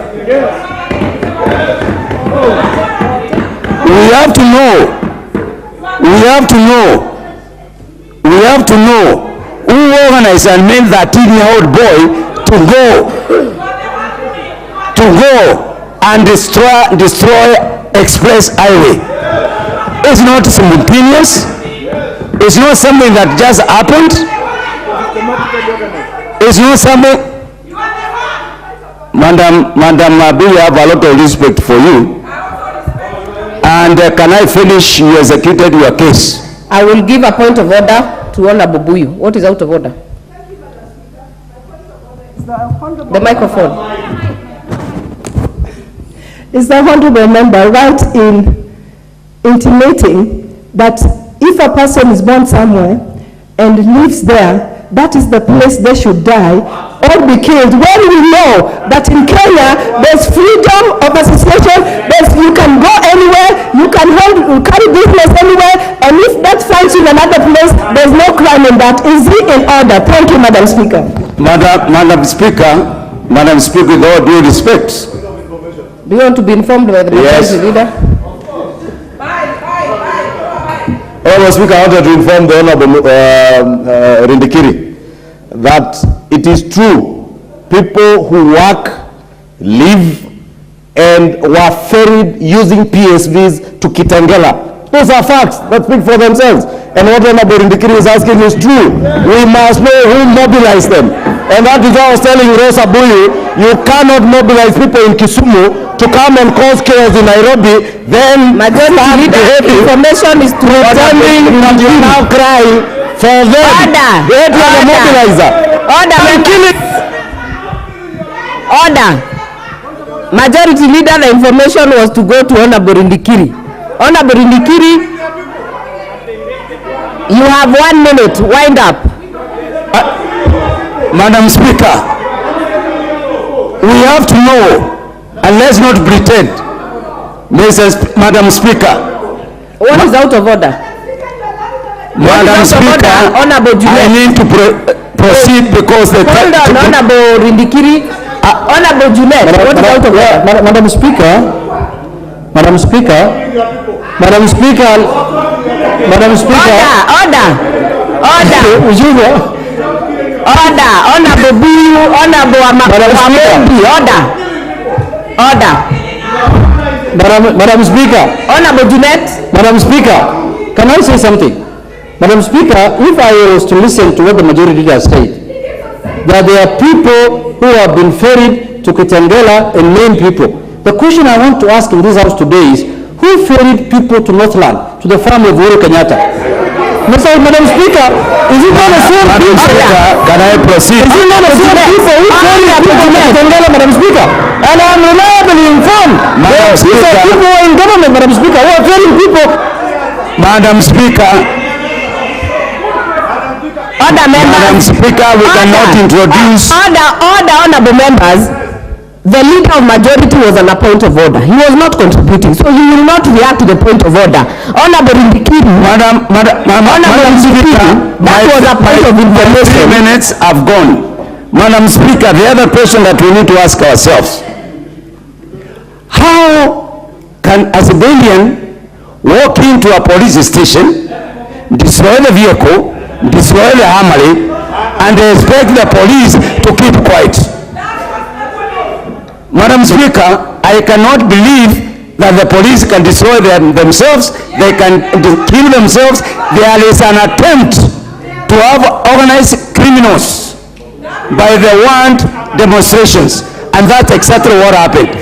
These people have destroyed police stations in Kisumu, they have destroyed police stations in Homa Bay, they have destroyed police stations in Migori. And the next is the attempt. I'm on a point of order. What is your point of order? Madam Speaker, is it in order for the Speaker on the floor to be allowed to go on and on to profile members of the Luo community and to be aided by the leader majority? Is this house going to allow, house going to turn itself into a forum or arena for profiling the Luo community? So that we know and we deal with it. Madam Speaker, are you allowing that? Order, members. Are you allowing this house to become a forum or arena for vilifying the Luo community? Members. Is that the policy of this government? Is it one of the policies of this government to profile the Luo community? Tell us what we can deal with you. Order, members. Yes.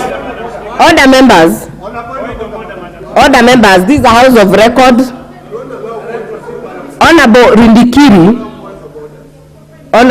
Rindikiri, I know members are saying I don't allow points of orders, but it is a right by the standing orders, but I will not allow frivolous points of order because many members want to contribute. Honorable Rindikiri, you will wind up and I will give to the next Madam Speaker, I am not talking about things that are not documented by the government.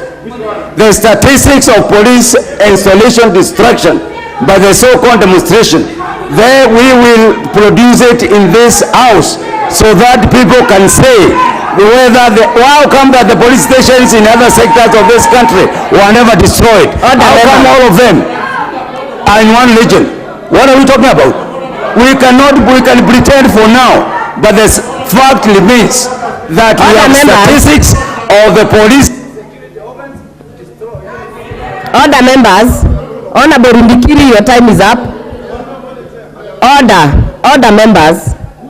Let us keep the decorum of this house. I'm also struggling to hear, so that when you raise a point of order, I know what the member said, because you're making too much across the aisle. There is no one on the floor, good people. Allow me to give the next opportunity to the Chair, Security Committee, Honorable Tongo. Thank you, Madam Speaker.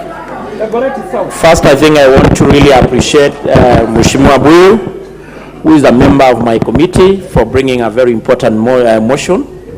And I'd expected members really to approach this with a lot of decorum and adhere to the standing procedures and the standing orders of this House. Madam Speaker, I want to start by passing my condolences to the families of people affected.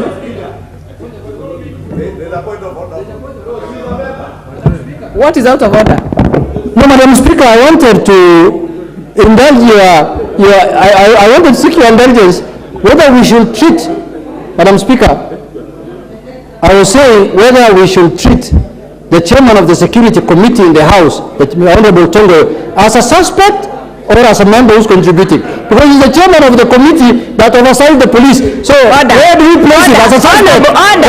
Honorable Juliet, even the mover of this motion is a member of the same committee.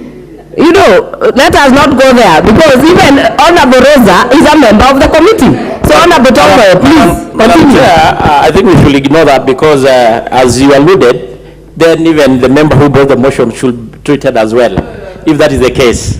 Madam Speaker, I've just said we should really, I'd expected members really to pay attention because it's an important subject. And Madam Speaker, it's true, what really happened. Protect me, Madam Speaker. Please take your seat. So, I think... Honorable Millie, what is your point of order?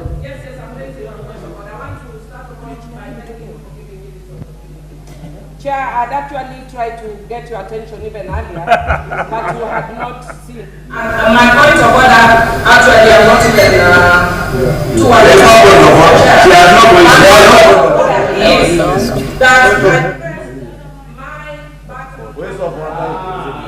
almost 5 times. So, I want is that a point of order?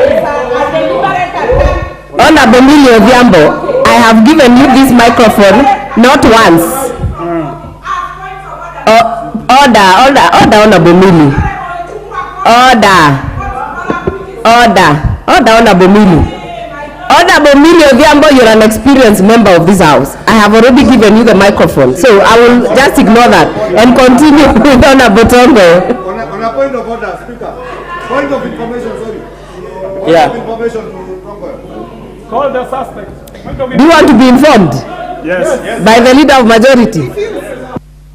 You know, Honorable Speaker, I wanted to inform the Honorable Tongo to ignore Honorable Millie because she says she knows me.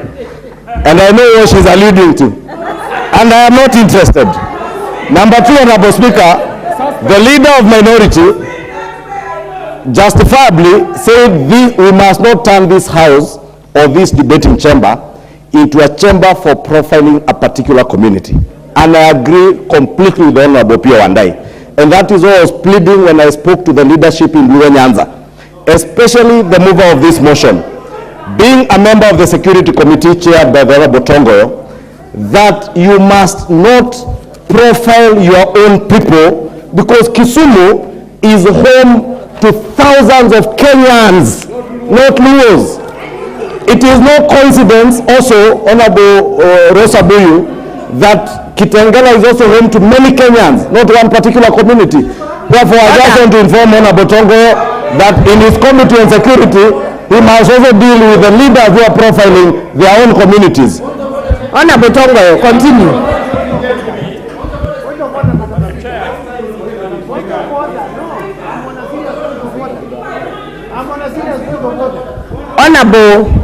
Honorable, you will not stand. Take your seats. Take your seats. Take your seats. In fact, I have only 2 people who have put interventions here. So please, Honorable Tongo, continue. Switch off this mic. So thank you, Madam Speaker. Honorable Harrison Kombe, what is your point of order?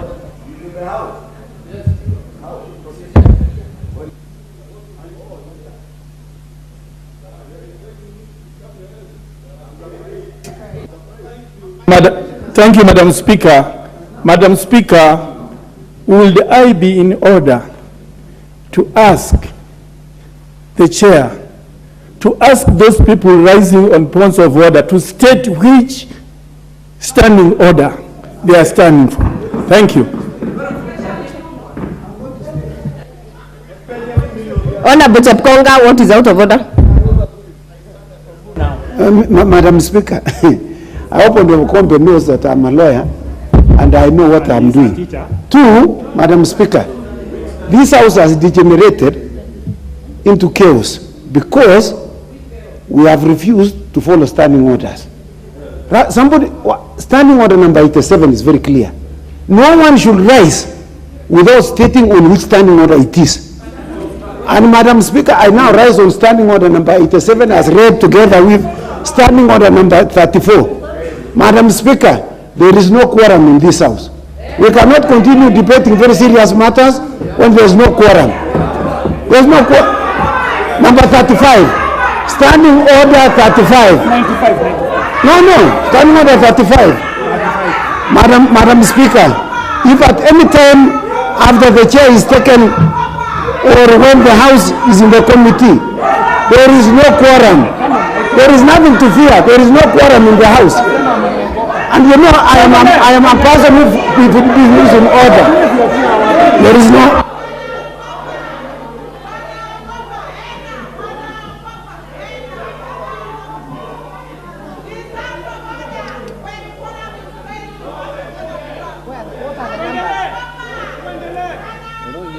The bell has to be rung. We have to count. Yeah? How many? It's 10 minutes. The bell has to ring for 10 minutes. Yeah.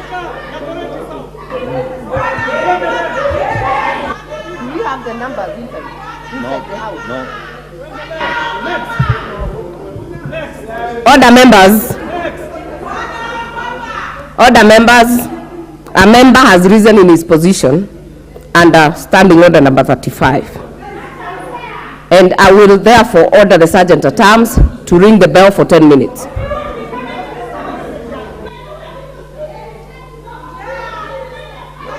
of all, has to establish that we have no numbers. Yeah, you have to order that we ascertain. Sergeant at arms, ascertain the numbers in the house. Sergeant at arms, ascertain the numbers.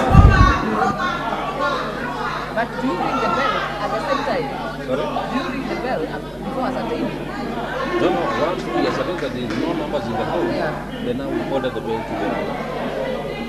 Yeah, but I ordered the bell. They have we did it prematurely, but the numbers stand at 44 now.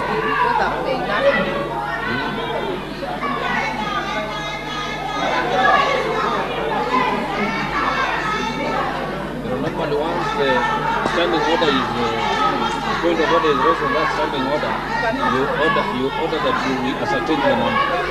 Once you ascertain the number, they are not less, they are not enough, you order for the bell to be rung. Yeah, that's what I was asking. Yes, yeah. Before I said the bell, because I wanted to get the numbers, then the sergeant was saying they are not there.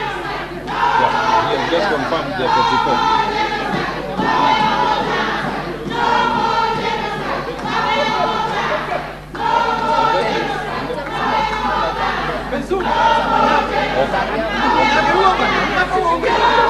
Because you ordered for the bell to be rung, and I'm not hearing it. I'm still pleading. I know.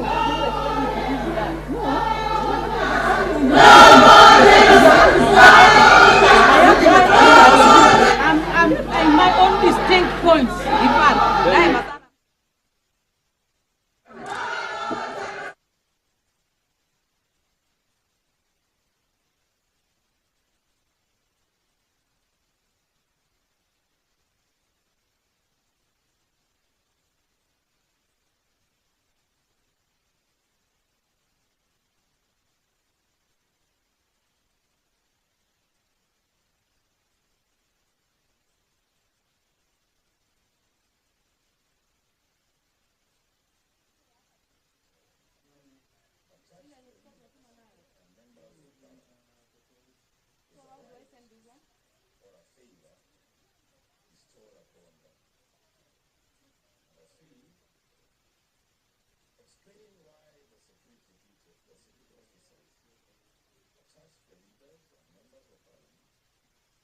being recalled without official communication or appropriate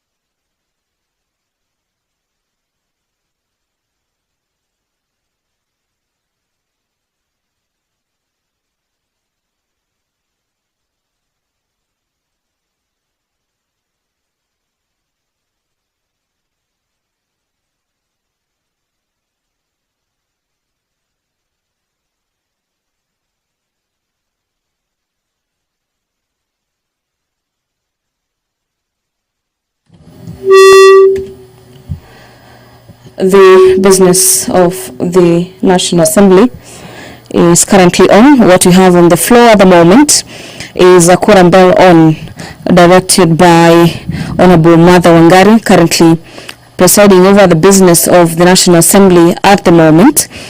And remember, the National Assembly at about 2 hours ago or thereabout adjourned the normal business of the House to discuss a motion on matters police brutality brought to the House by Honorable Rosa Buru, where members of the National Assembly have been ventilating on the aspect of police brutality in the country. After the discussion on this particular motion,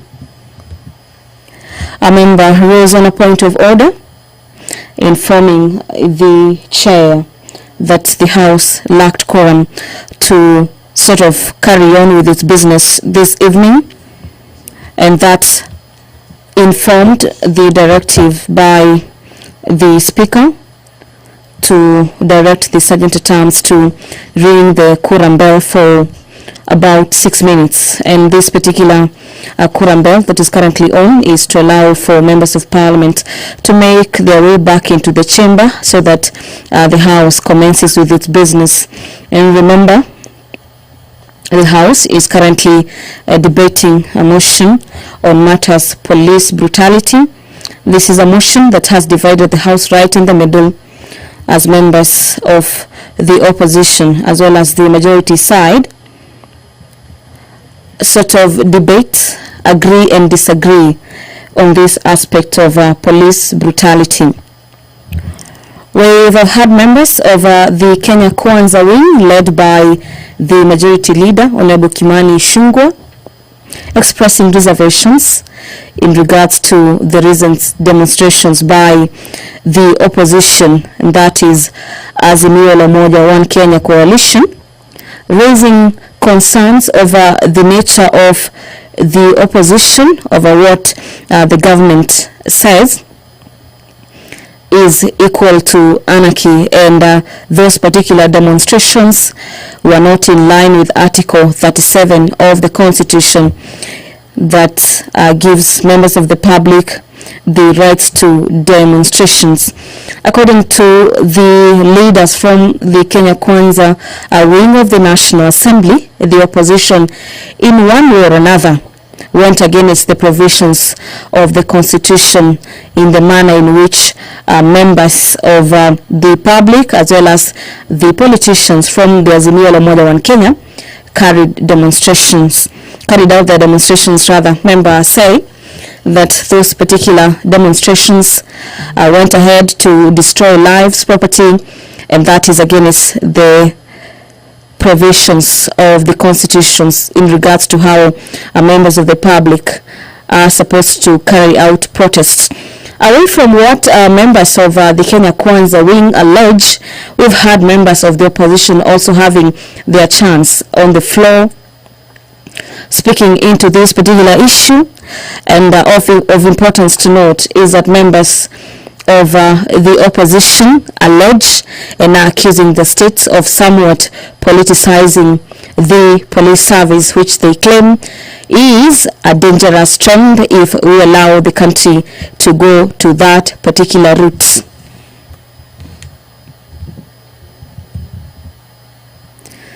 The opposition further claims that its members were just going on with their business of demonstrating against a number of factors, among them the cost of living, and what they were getting from members of the police service was aspects of brutality being named and so forth. And what they want is for the government to explain if the aspect of members of the security is... Order members. Member for Starehe, member for Embakasi. Order members.